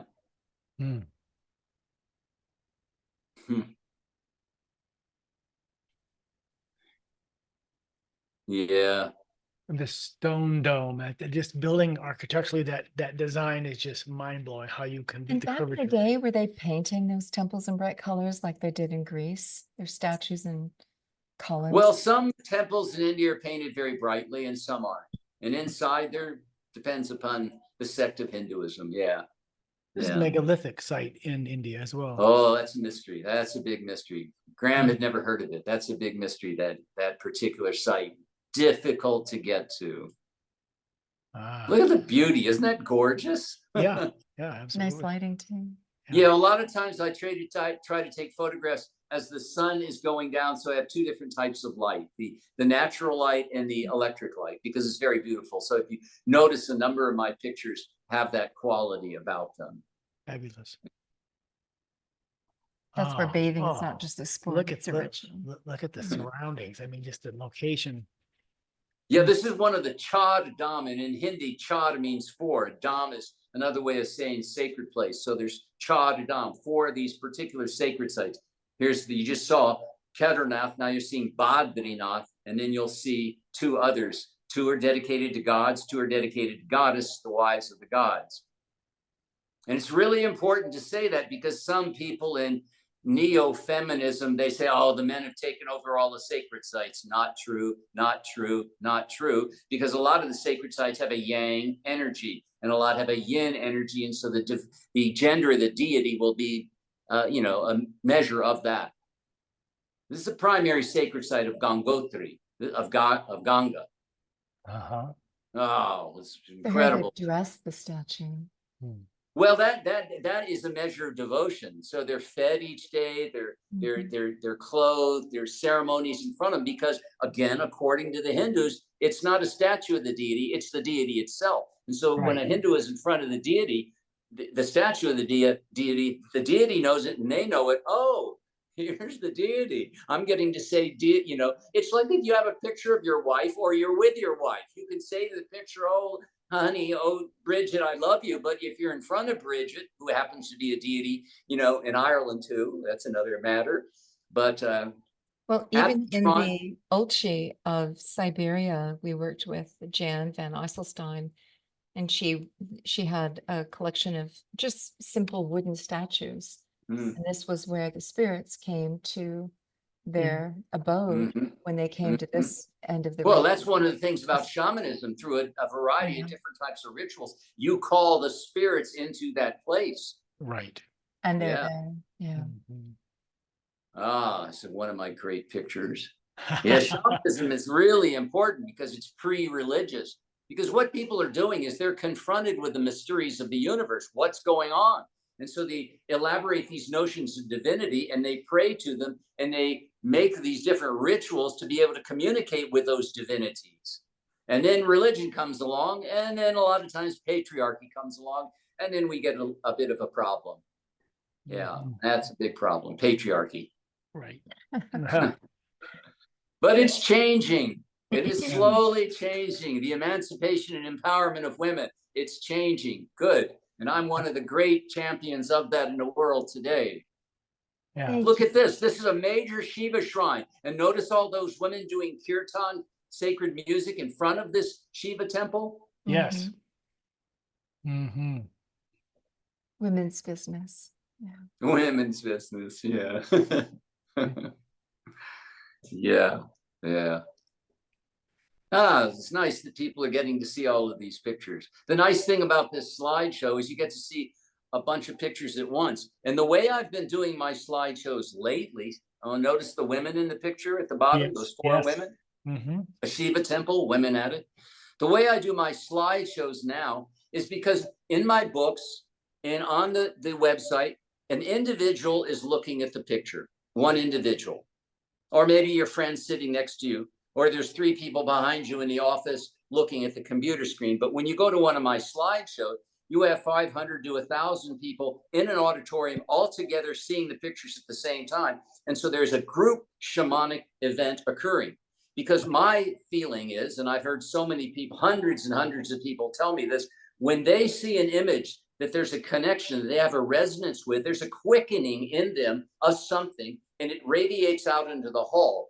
And it builds this group shamanic energy. So other people that are in the hall are touched by that. That's why any of the viewers of these, if you ever get a chance to come see one of these slideshows, one of these group shamanic events, take it. Even if it's 100 miles from where you live, go to it. And the price for these is always very low. I keep the price basically so I can rent the hall, but the prices are really low, like the cost of a movie and popcorn. So you can go to this and have these wonderful experiences and meet like-minded people.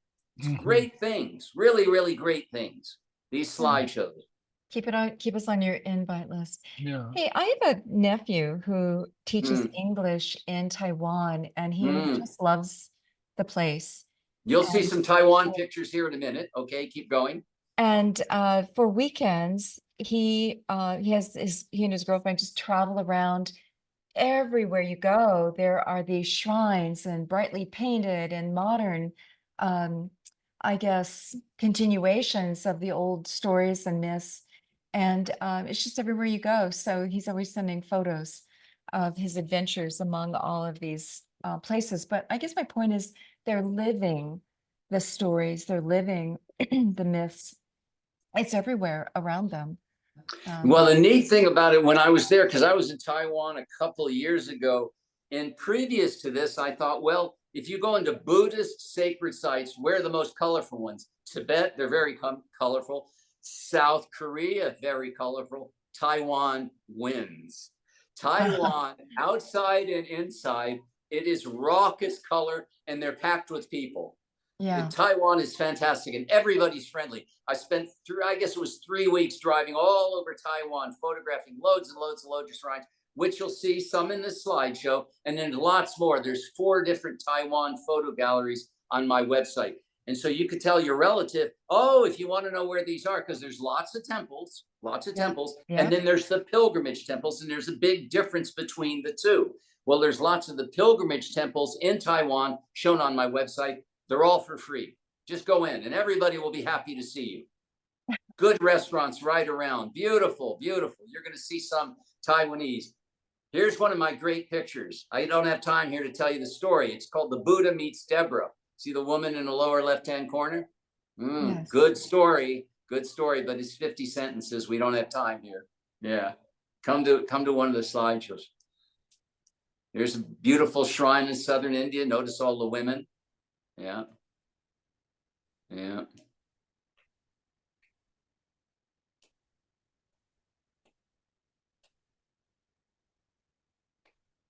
Yeah. Tell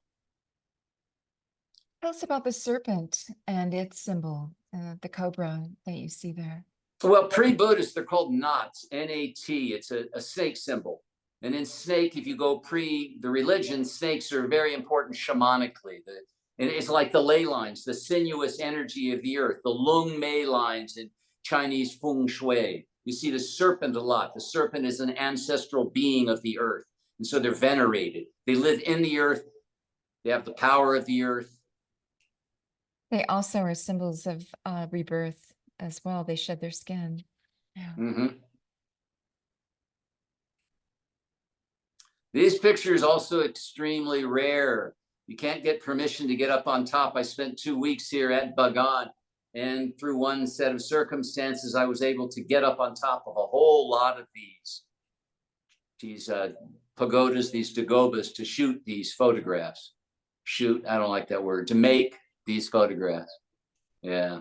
So Bagan is wonderful. I was back persuasive. in Bagan again last year. Yeah. I mean, in Burma last year. Didn't go to Bagan again, but back in Burma. Burma's a great country.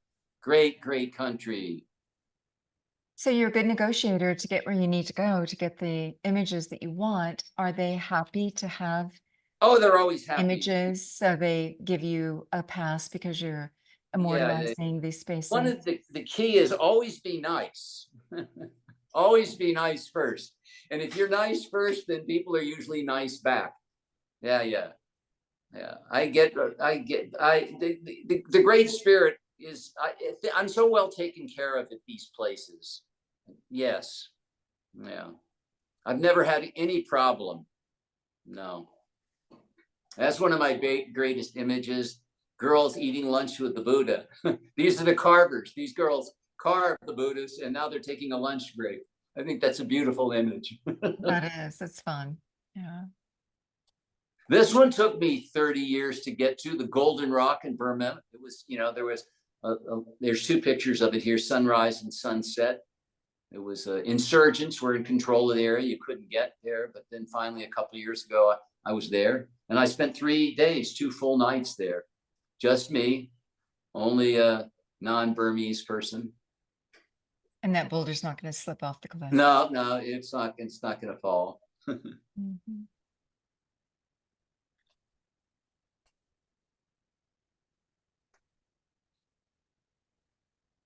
It's neat for me. I look at these pictures a lot.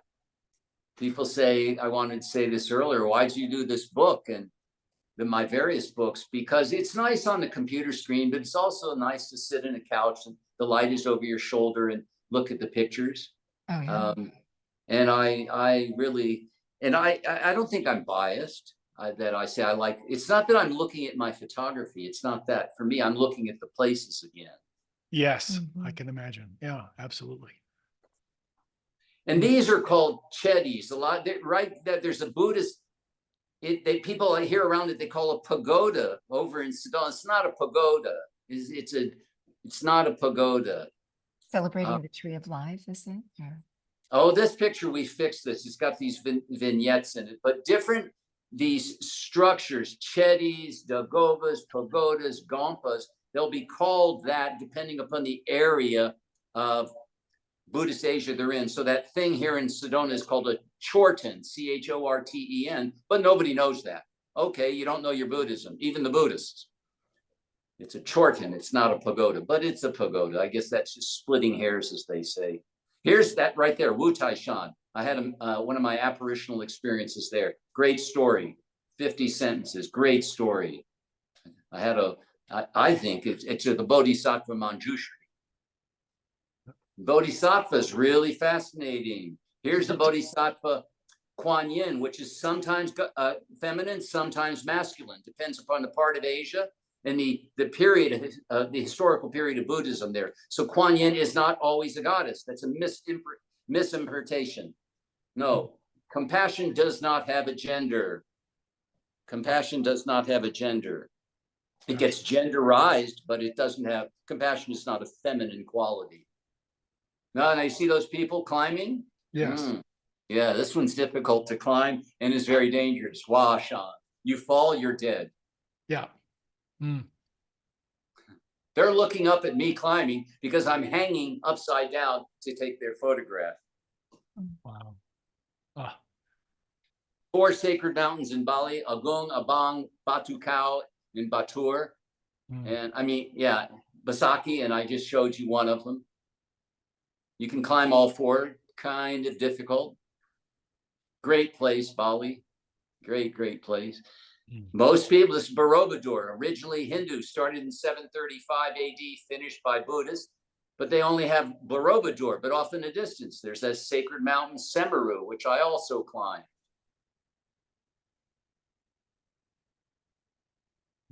Big mystery here, big mystery, this one in Indonesia. How old is this temple? We don't know. We don't know. Then there's the Orthodox archaeologists will speculate based upon carving type, but they don't know. Graham Hancock went here. This is super mystery, super Gunung Padang. Some people say it may be the oldest temple in Asia, but you got to really study Asia and pre-cataclysmic stuff. It's complicated. Mount Kailash. Oh boy. I'm at 19,500 feet where I took that picture. This is 25, 30 years ago. Yeah. Dalai Lama lived some of his youth when he was here. This is Sacred Mountain, pre-Buddhism, Bon Po. Wow. Very important to say. It's written about on my website. The Buddhists came there in 742 AD, Songtsen Gampo. There were already people living there hundreds of years. Buddhism was a problem in some ways, but most people don't know about it. They say, oh, free Tibet. Well, we need to, that's nuanced. That's very nuanced. Very nuanced. Yeah. You're enjoying the pictures. Oh, absolutely. See, this is cool. You see what that man's right hand is doing is he's spinning that prayer wheel. Yes. And so what they do is they write Om Mani Padme Hum and other prayers on the prayer, and then we spin it.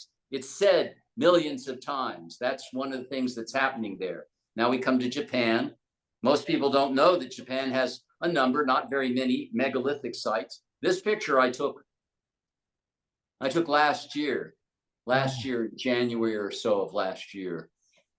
Okay, now here people say, what's your favorite sacred site? I don't have one, but if there was one, it would be this island here. Miyajima Island. And this is Itsukushima, and it's dedicated, important, 3 goddesses of the sea, 3 Shinto goddesses of the sea. That's very important. Why? I won't go into detail here, but this is a tremendously beautiful temple on a sacred island, where the sacred mountain is 1,739 meters tall, that you can go up on 4 different routes, which is so beautiful. Yes, if you ever go to Japan, you have to go to Miyajima. It's near Hiroshima, where the bomb was. You can take a boat over to it. It's just, I've been here 4 times. What a place.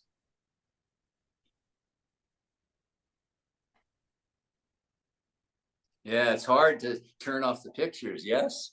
Yeah, what we're enjoying is just storytelling and slides. I mean, that's what you're here Yeah, for. yeah. Wonderful. Your stories are on, it's, let's face it, I'm The- sure we have some the comments majority there. of will never ever be to these places. So this is just a spectacular offering Yeah. from you for us to Yeah. have an opportunity to visit them through your work. His windows, that His is. window, yeah. To look through. Uh-huh.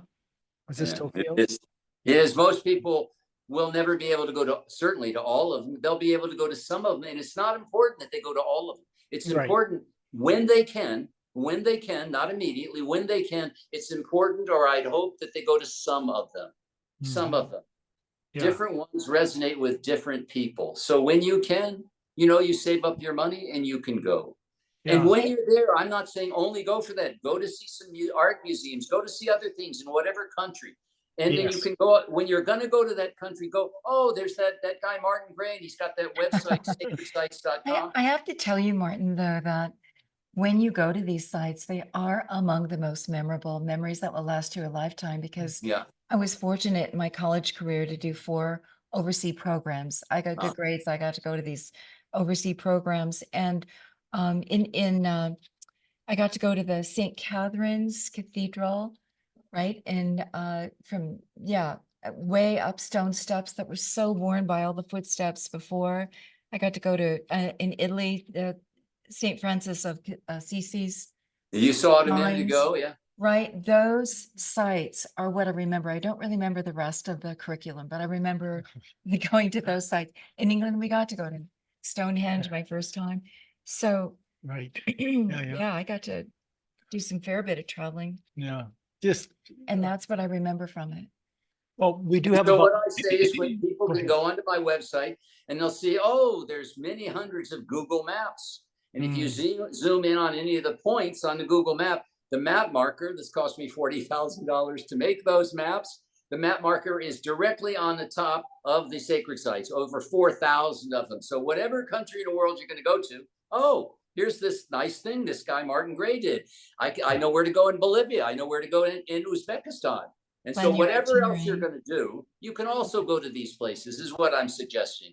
And if Yeah. you are going to these places, take your time. Don't be in a rush. It's Right. nice to go with group tours because you meet like-minded people. That's cool. And it's also nice to go on your own because then you have more time. There you go. Yeah. Absolutely. And I will say, it's so safe to travel. So safe to travel pretty much everywhere. Okay, northern Bangladesh, northern South Africa. There's a few places that it's a little bit sketchy, but for the most part, it's safe to travel pretty everywhere. Yeah. So dive in, then you'll get experience, and then you'll love it. We always book a few days wherever we go see the museums as Mhm. well, Yeah. because they've taken the artifacts from these sites and they've. Yeah, that's a problem. British Museum, they went and they took a lot of artifacts, but it's a conundrum. It's a great conundrum. I like conundrums. They're and I don't like preserved and you conundrums. can see them They all are in one place, so protected. there's some advantages, yeah. Yeah, they're protected. But It's also better the to have some small of these museums. new artifacts in the British Museum than have them in Nairobi.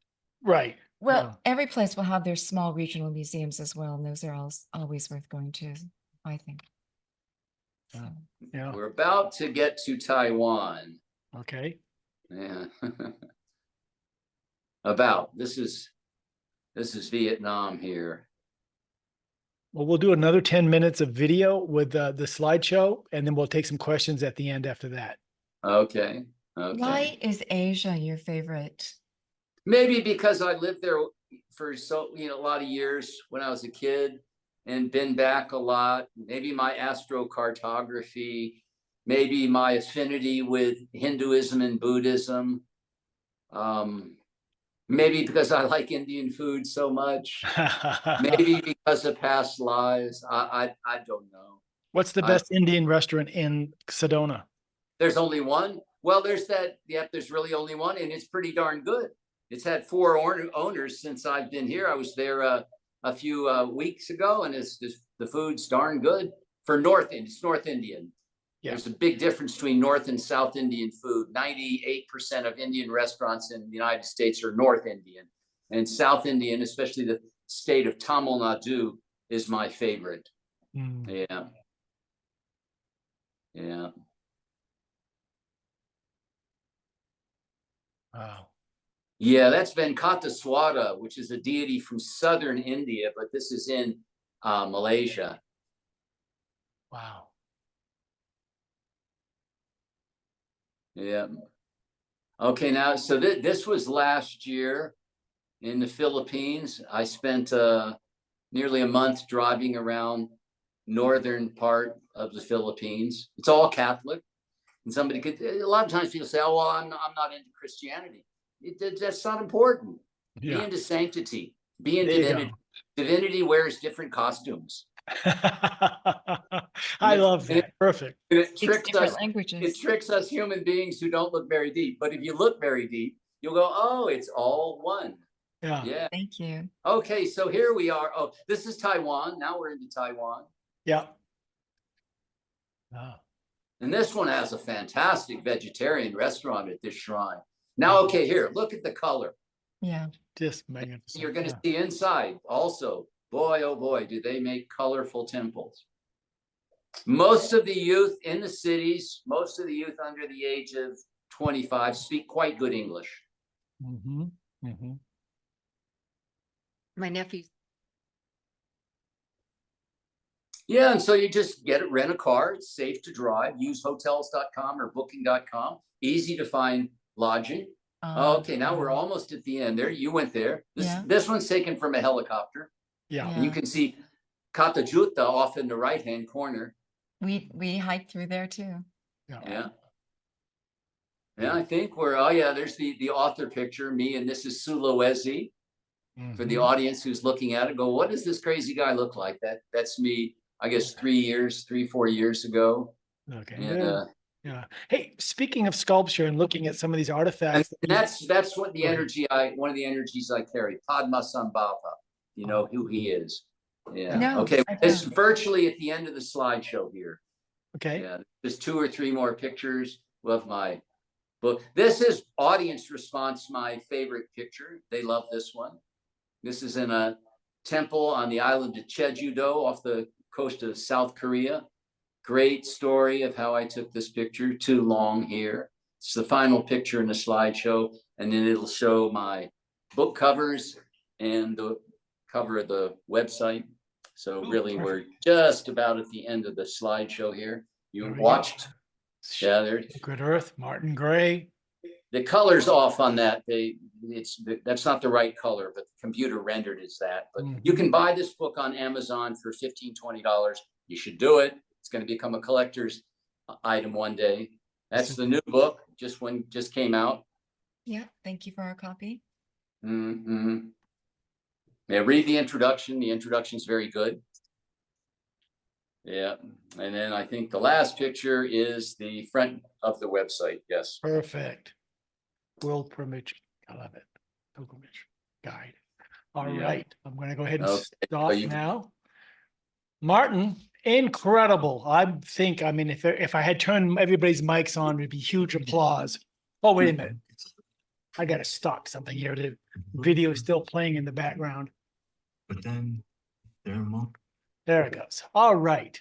Great. So let me look at the chat room and see if there's some questions that people would like to ask, or you can raise your hand at this point in the discussion. Go ahead and raise your hand. Questions live. This is an opportunity, I think. And but 2 things. Number one, your photography, without even saying it, is magnificent. We know that. But your storytelling and your connection to the sites is so unique. and so powerful, and such a wonderful combination of things that you've made it a life journey of internal medicine, of internal spirit, of your own guidance and who you are as a being. So I wanted to honor you for that. Yeah. So And thank you for choosing this life of adventure over staying at home, just so you could go out and bring us all of these windows to look through. I hear that. And I also want to say two things. Thank you to Great Spirit. When I was a little boy, I used to say, 7, 8 years old, I used to start saying, "Oh Lord, let me be a glove on the hand of God. Let me be a paintbrush in the hands of perfection." So the hand would be the controlling object. I'm just the servant to that. And then so I've done this thing, but this thing has been done through me. And this Great Spirit is doing whatever it does through other beings. So I don't take much credit. No. You know, this is really interesting because one time, and this is according to Hinduism, they'll say Vishnu was sitting around and he was bored, nothing going on. So Vishnu scratches his head and he said, I know what I need to do. I need to create the multiplicity of life forms and imbue those life forms with self-reflective consciousness. So over eons of time, when they become aware, what they're becoming aware of is God. God is becoming aware of itself. And so all things are God being God to God. That's even the difficulties happening in Ukraine and Gaza to me, and I've been to both. It's God being God to God for ways that we little human beings don't understand. And when we don't understand something, it's better that we reserve judgment and we become quiet and we look deeper rather than making things wrong. That very sentiment, we honor in 2 ways. We're about to go to the Whidbey Institute and hang out with Brian Swim and our longtime friend, Monica de Braspols, about this new cosmology. 14 billion years it took for the universe to start to create all of us reflecting back to her.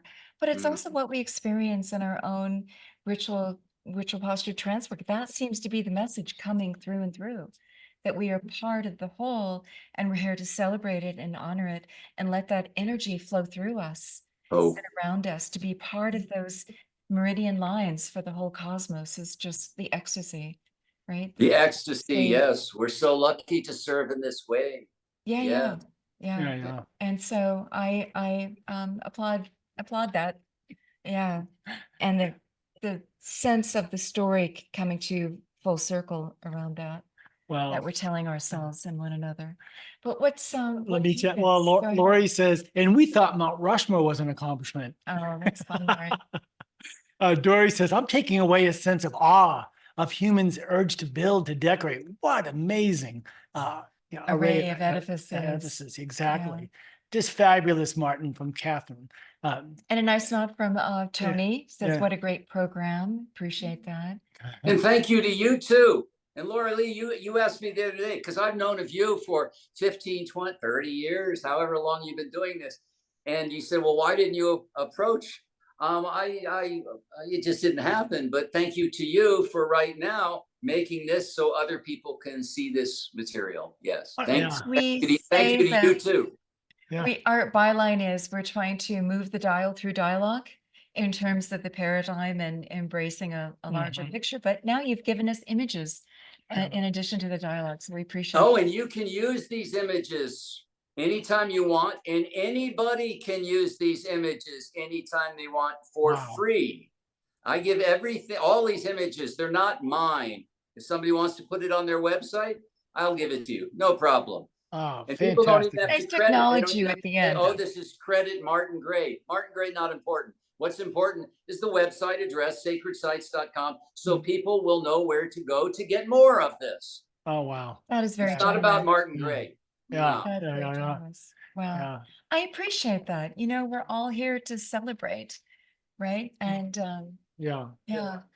Exactly. And to share and to celebrate what I'm on Team Cosmos, right? This is all in the recognition of the sacred, honor of Team Cosmos. Yeah, the recognition of the sacred and all things that surrounds us, and that reconnection. We live in a world of duality right now. People's perceptions have become very duality oriented between them and us kind of thinking, but this is a unifying Actually, you know what? I heard a commentator just This the is a other day. unifying conversation that we're having today through Martin's vision. Yeah.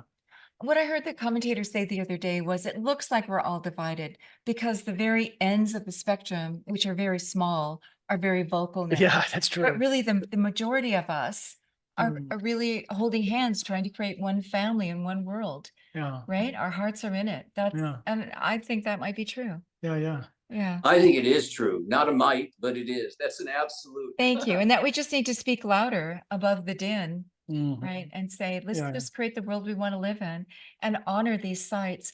It does make me sad that Tibet and the whole story on Tibet is, you know, what is Yep. China? I don't want to get into politics, but Yep, I agree. Yeah. I agree. Let's skip politics. Yeah, but first of all, I was gonna Todd and Chris Van Pooler here. I thought they should at least introduce you. We wanted you to meet them in person when they were here, but I'm gonna ask them to step on for a moment because Yes. the kind of work that they're doing on the university level with their students so aligns with what you're doing as your whole human journey. So I'd like to introduce you if I could. Hello, Chris. You there? Ah, the New Mexico flag. I used to live in New Mexico for a bunch of years. Well, San Jose, in Roswell, and my dad was a base commander at Holloman down there near Albagordo. I'm from Ruidoso. Okay, and used to go skiing Thank up you there. so much for the book. And when I saw White Sands, I'm like, I spent a lot of time there as a young person at White Sands and in Roswell and Alamogordo and Capitan. But thank you so much for your sharing your wisdom. I really enjoyed that, and I really appreciate a copy of your book. We did get it, and we were so sad we didn't get to see you in Sedona. I was really sad. She's like, he was here. I'm like, what? He was here?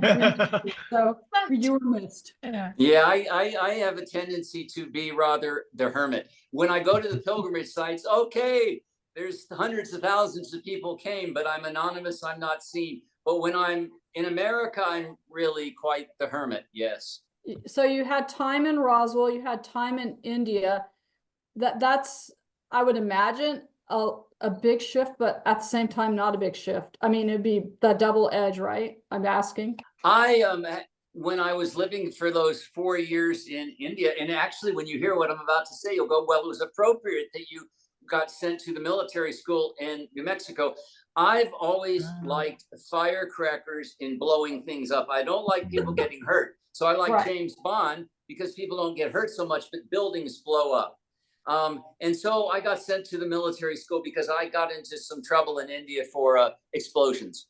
So then the New Mexico Military Institute was really great for me. Yeah. Yeah. And then from there, I started at the University of Arizona to study Mesoamerican archaeology, but it was time for me to not be in the academic situation anymore. And so I left, and then I went back to India, and I ended up spending 10 years with this one Indian guru. Well, your presentation was fascinating, and your pictures are, of course, wonderful and well done. Very well done. Yeah. Chris and Todd are Mesoamerican and Megawan specialists. Yeah. So Yeah, we study primarily the Southwest, the North American Southwest, not down into Mexico. Right. Yeah, I guess, I don't know if you got that email, but I want to read your book. We just got back late yesterday, so we're back in Missouri. So we were on the road for over 2 weeks, which is nothing for you, but it was an interesting 2 weeks. So Wow, wonderful. Well, I just wanted to introduce you to, and I wanted to, of course, acknowledge Chris and Todd and the work that they're doing.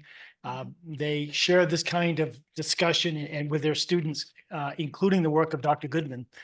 They set aside classes for that kind of research. I wanted to ask you, since we didn't get a chance to touch on it, but Martin, you know, the whole basis of what Dr. Goodman was researching was that she thought that these artifacts, whether they be sculpture or petroglyphs or whatever, that it's not just random that the bodies are positioned a certain way.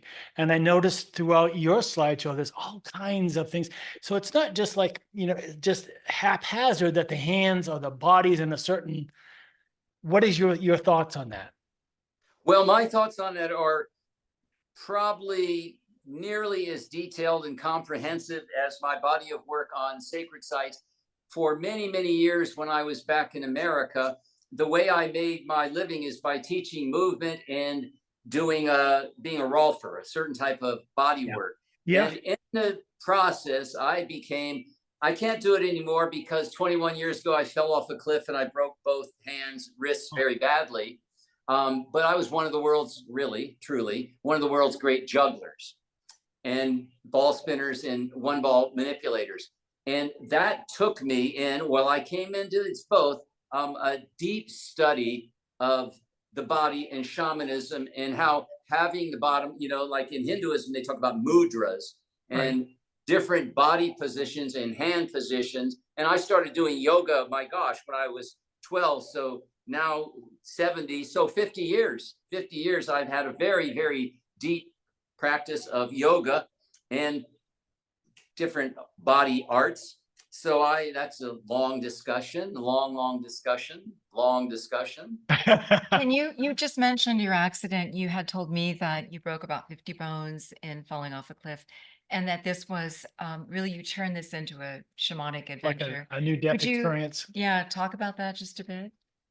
Well, I guess so it's about 21 years ago on my birthday, April 29th, I went near here and was up on the Red Rocks in a certain place, not dangerous at all.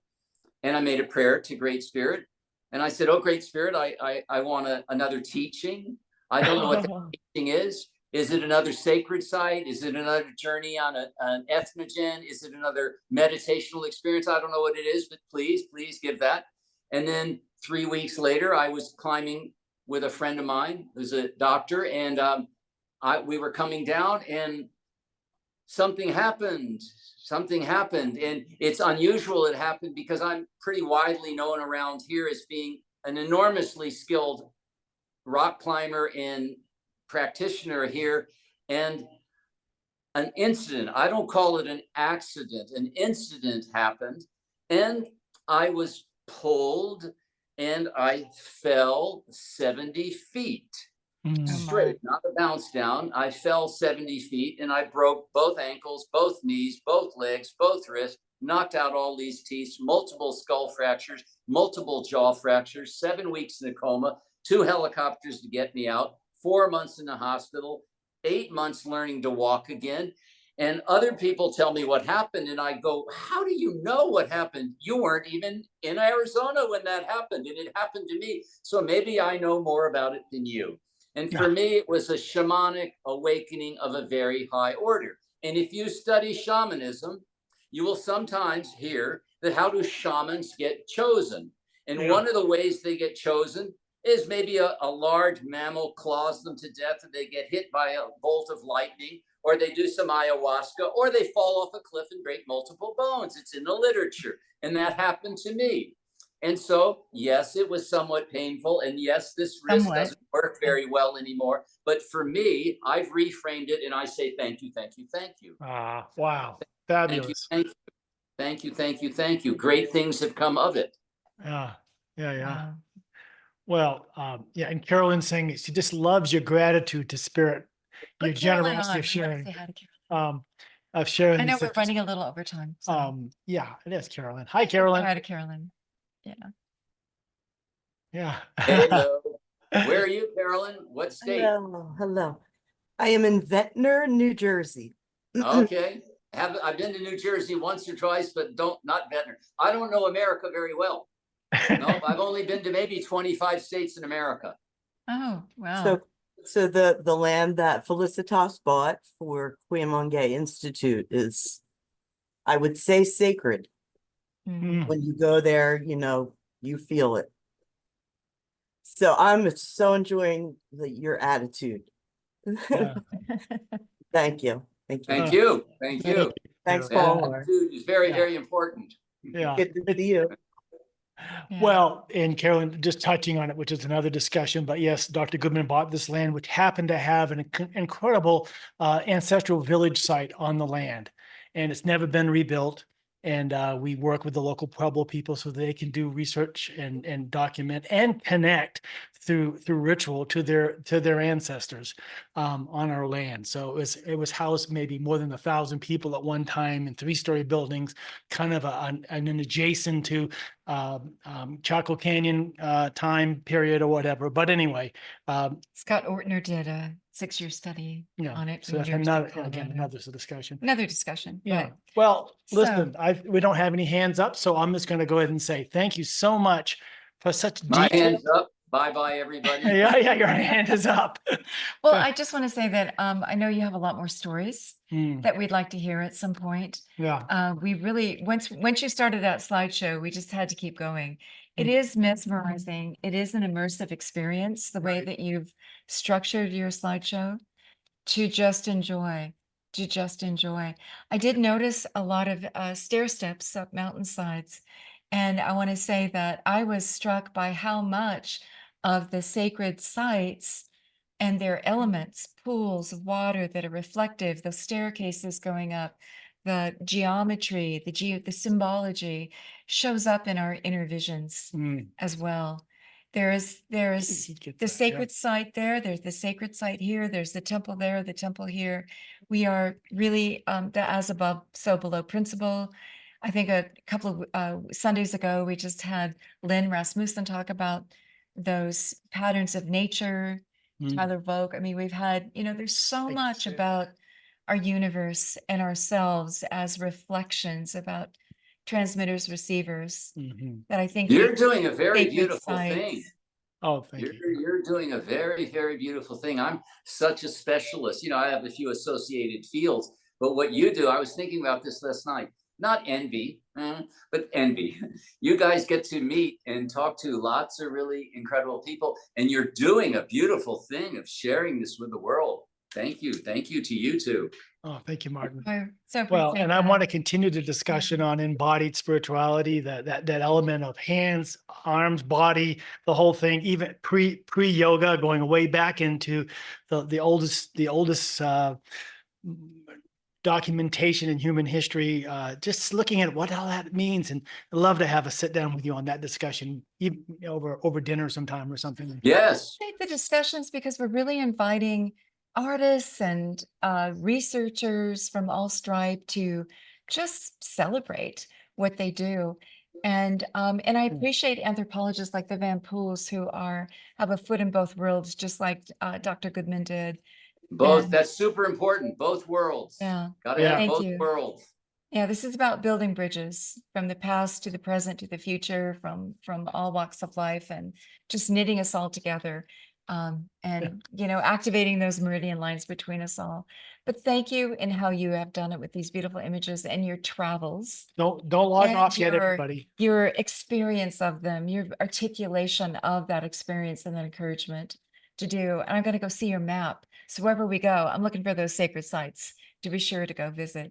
And some of them are quite small. Some of them you stumble upon, right? Some Yeah. of them aren't well known or celebrated. So, And there's also good bibliographies on my website. It's Oh, about thank you. 4,000 Oh, great. books. So, Yeah. and then the really neat thing about the bibliographies, there's an alphabetical listing, but then there's a category listing of 35 different Mhm. categories. And so you could click on your categories, the Mayans, goddess, megalithic, whatever, and go, oh, here is Perfect. 15, 20, Very 30. cool. I recommend. Thank you. Well, all of which I own. That's why I want her book, all of which I own. One of these days, you got to come. I live in an art gallery. There's 54 framed pieces of art on the wall. And then if you go into my library, you'll go, oh my gosh, he has a lot of books. Oh, I'm sure you do. Yeah. well, all right. We've got an I've asked appointment. everybody to turn on their Thank you mics for the and so they can have a little bit of databasing and applause the and acknowledgement of accessibility. your spirit and who you are. And so I'd like to Thank ask you. everybody to say thank you, please. Thank you. Thank you. Thank you. Yeah. Wonderful. Good Went to to order. see you, Appreciate friend. that. Lovely. Thank you. Thank you. Thank you back. Yeah. Blessings there, Martin. Did Thank such a you. lovely job making it accessible, right? Building roads to go there and to help activate them, to be the acupuncture Yeah. technology that we can be for the earth. Thank you, Martin. And not the nail gun approach, but the needle approach. Yeah. Sacred, sacredsites.com. Thanks. All right. Blessings to Okay. everybody. Take care, be healthy, and let's all stay in touch.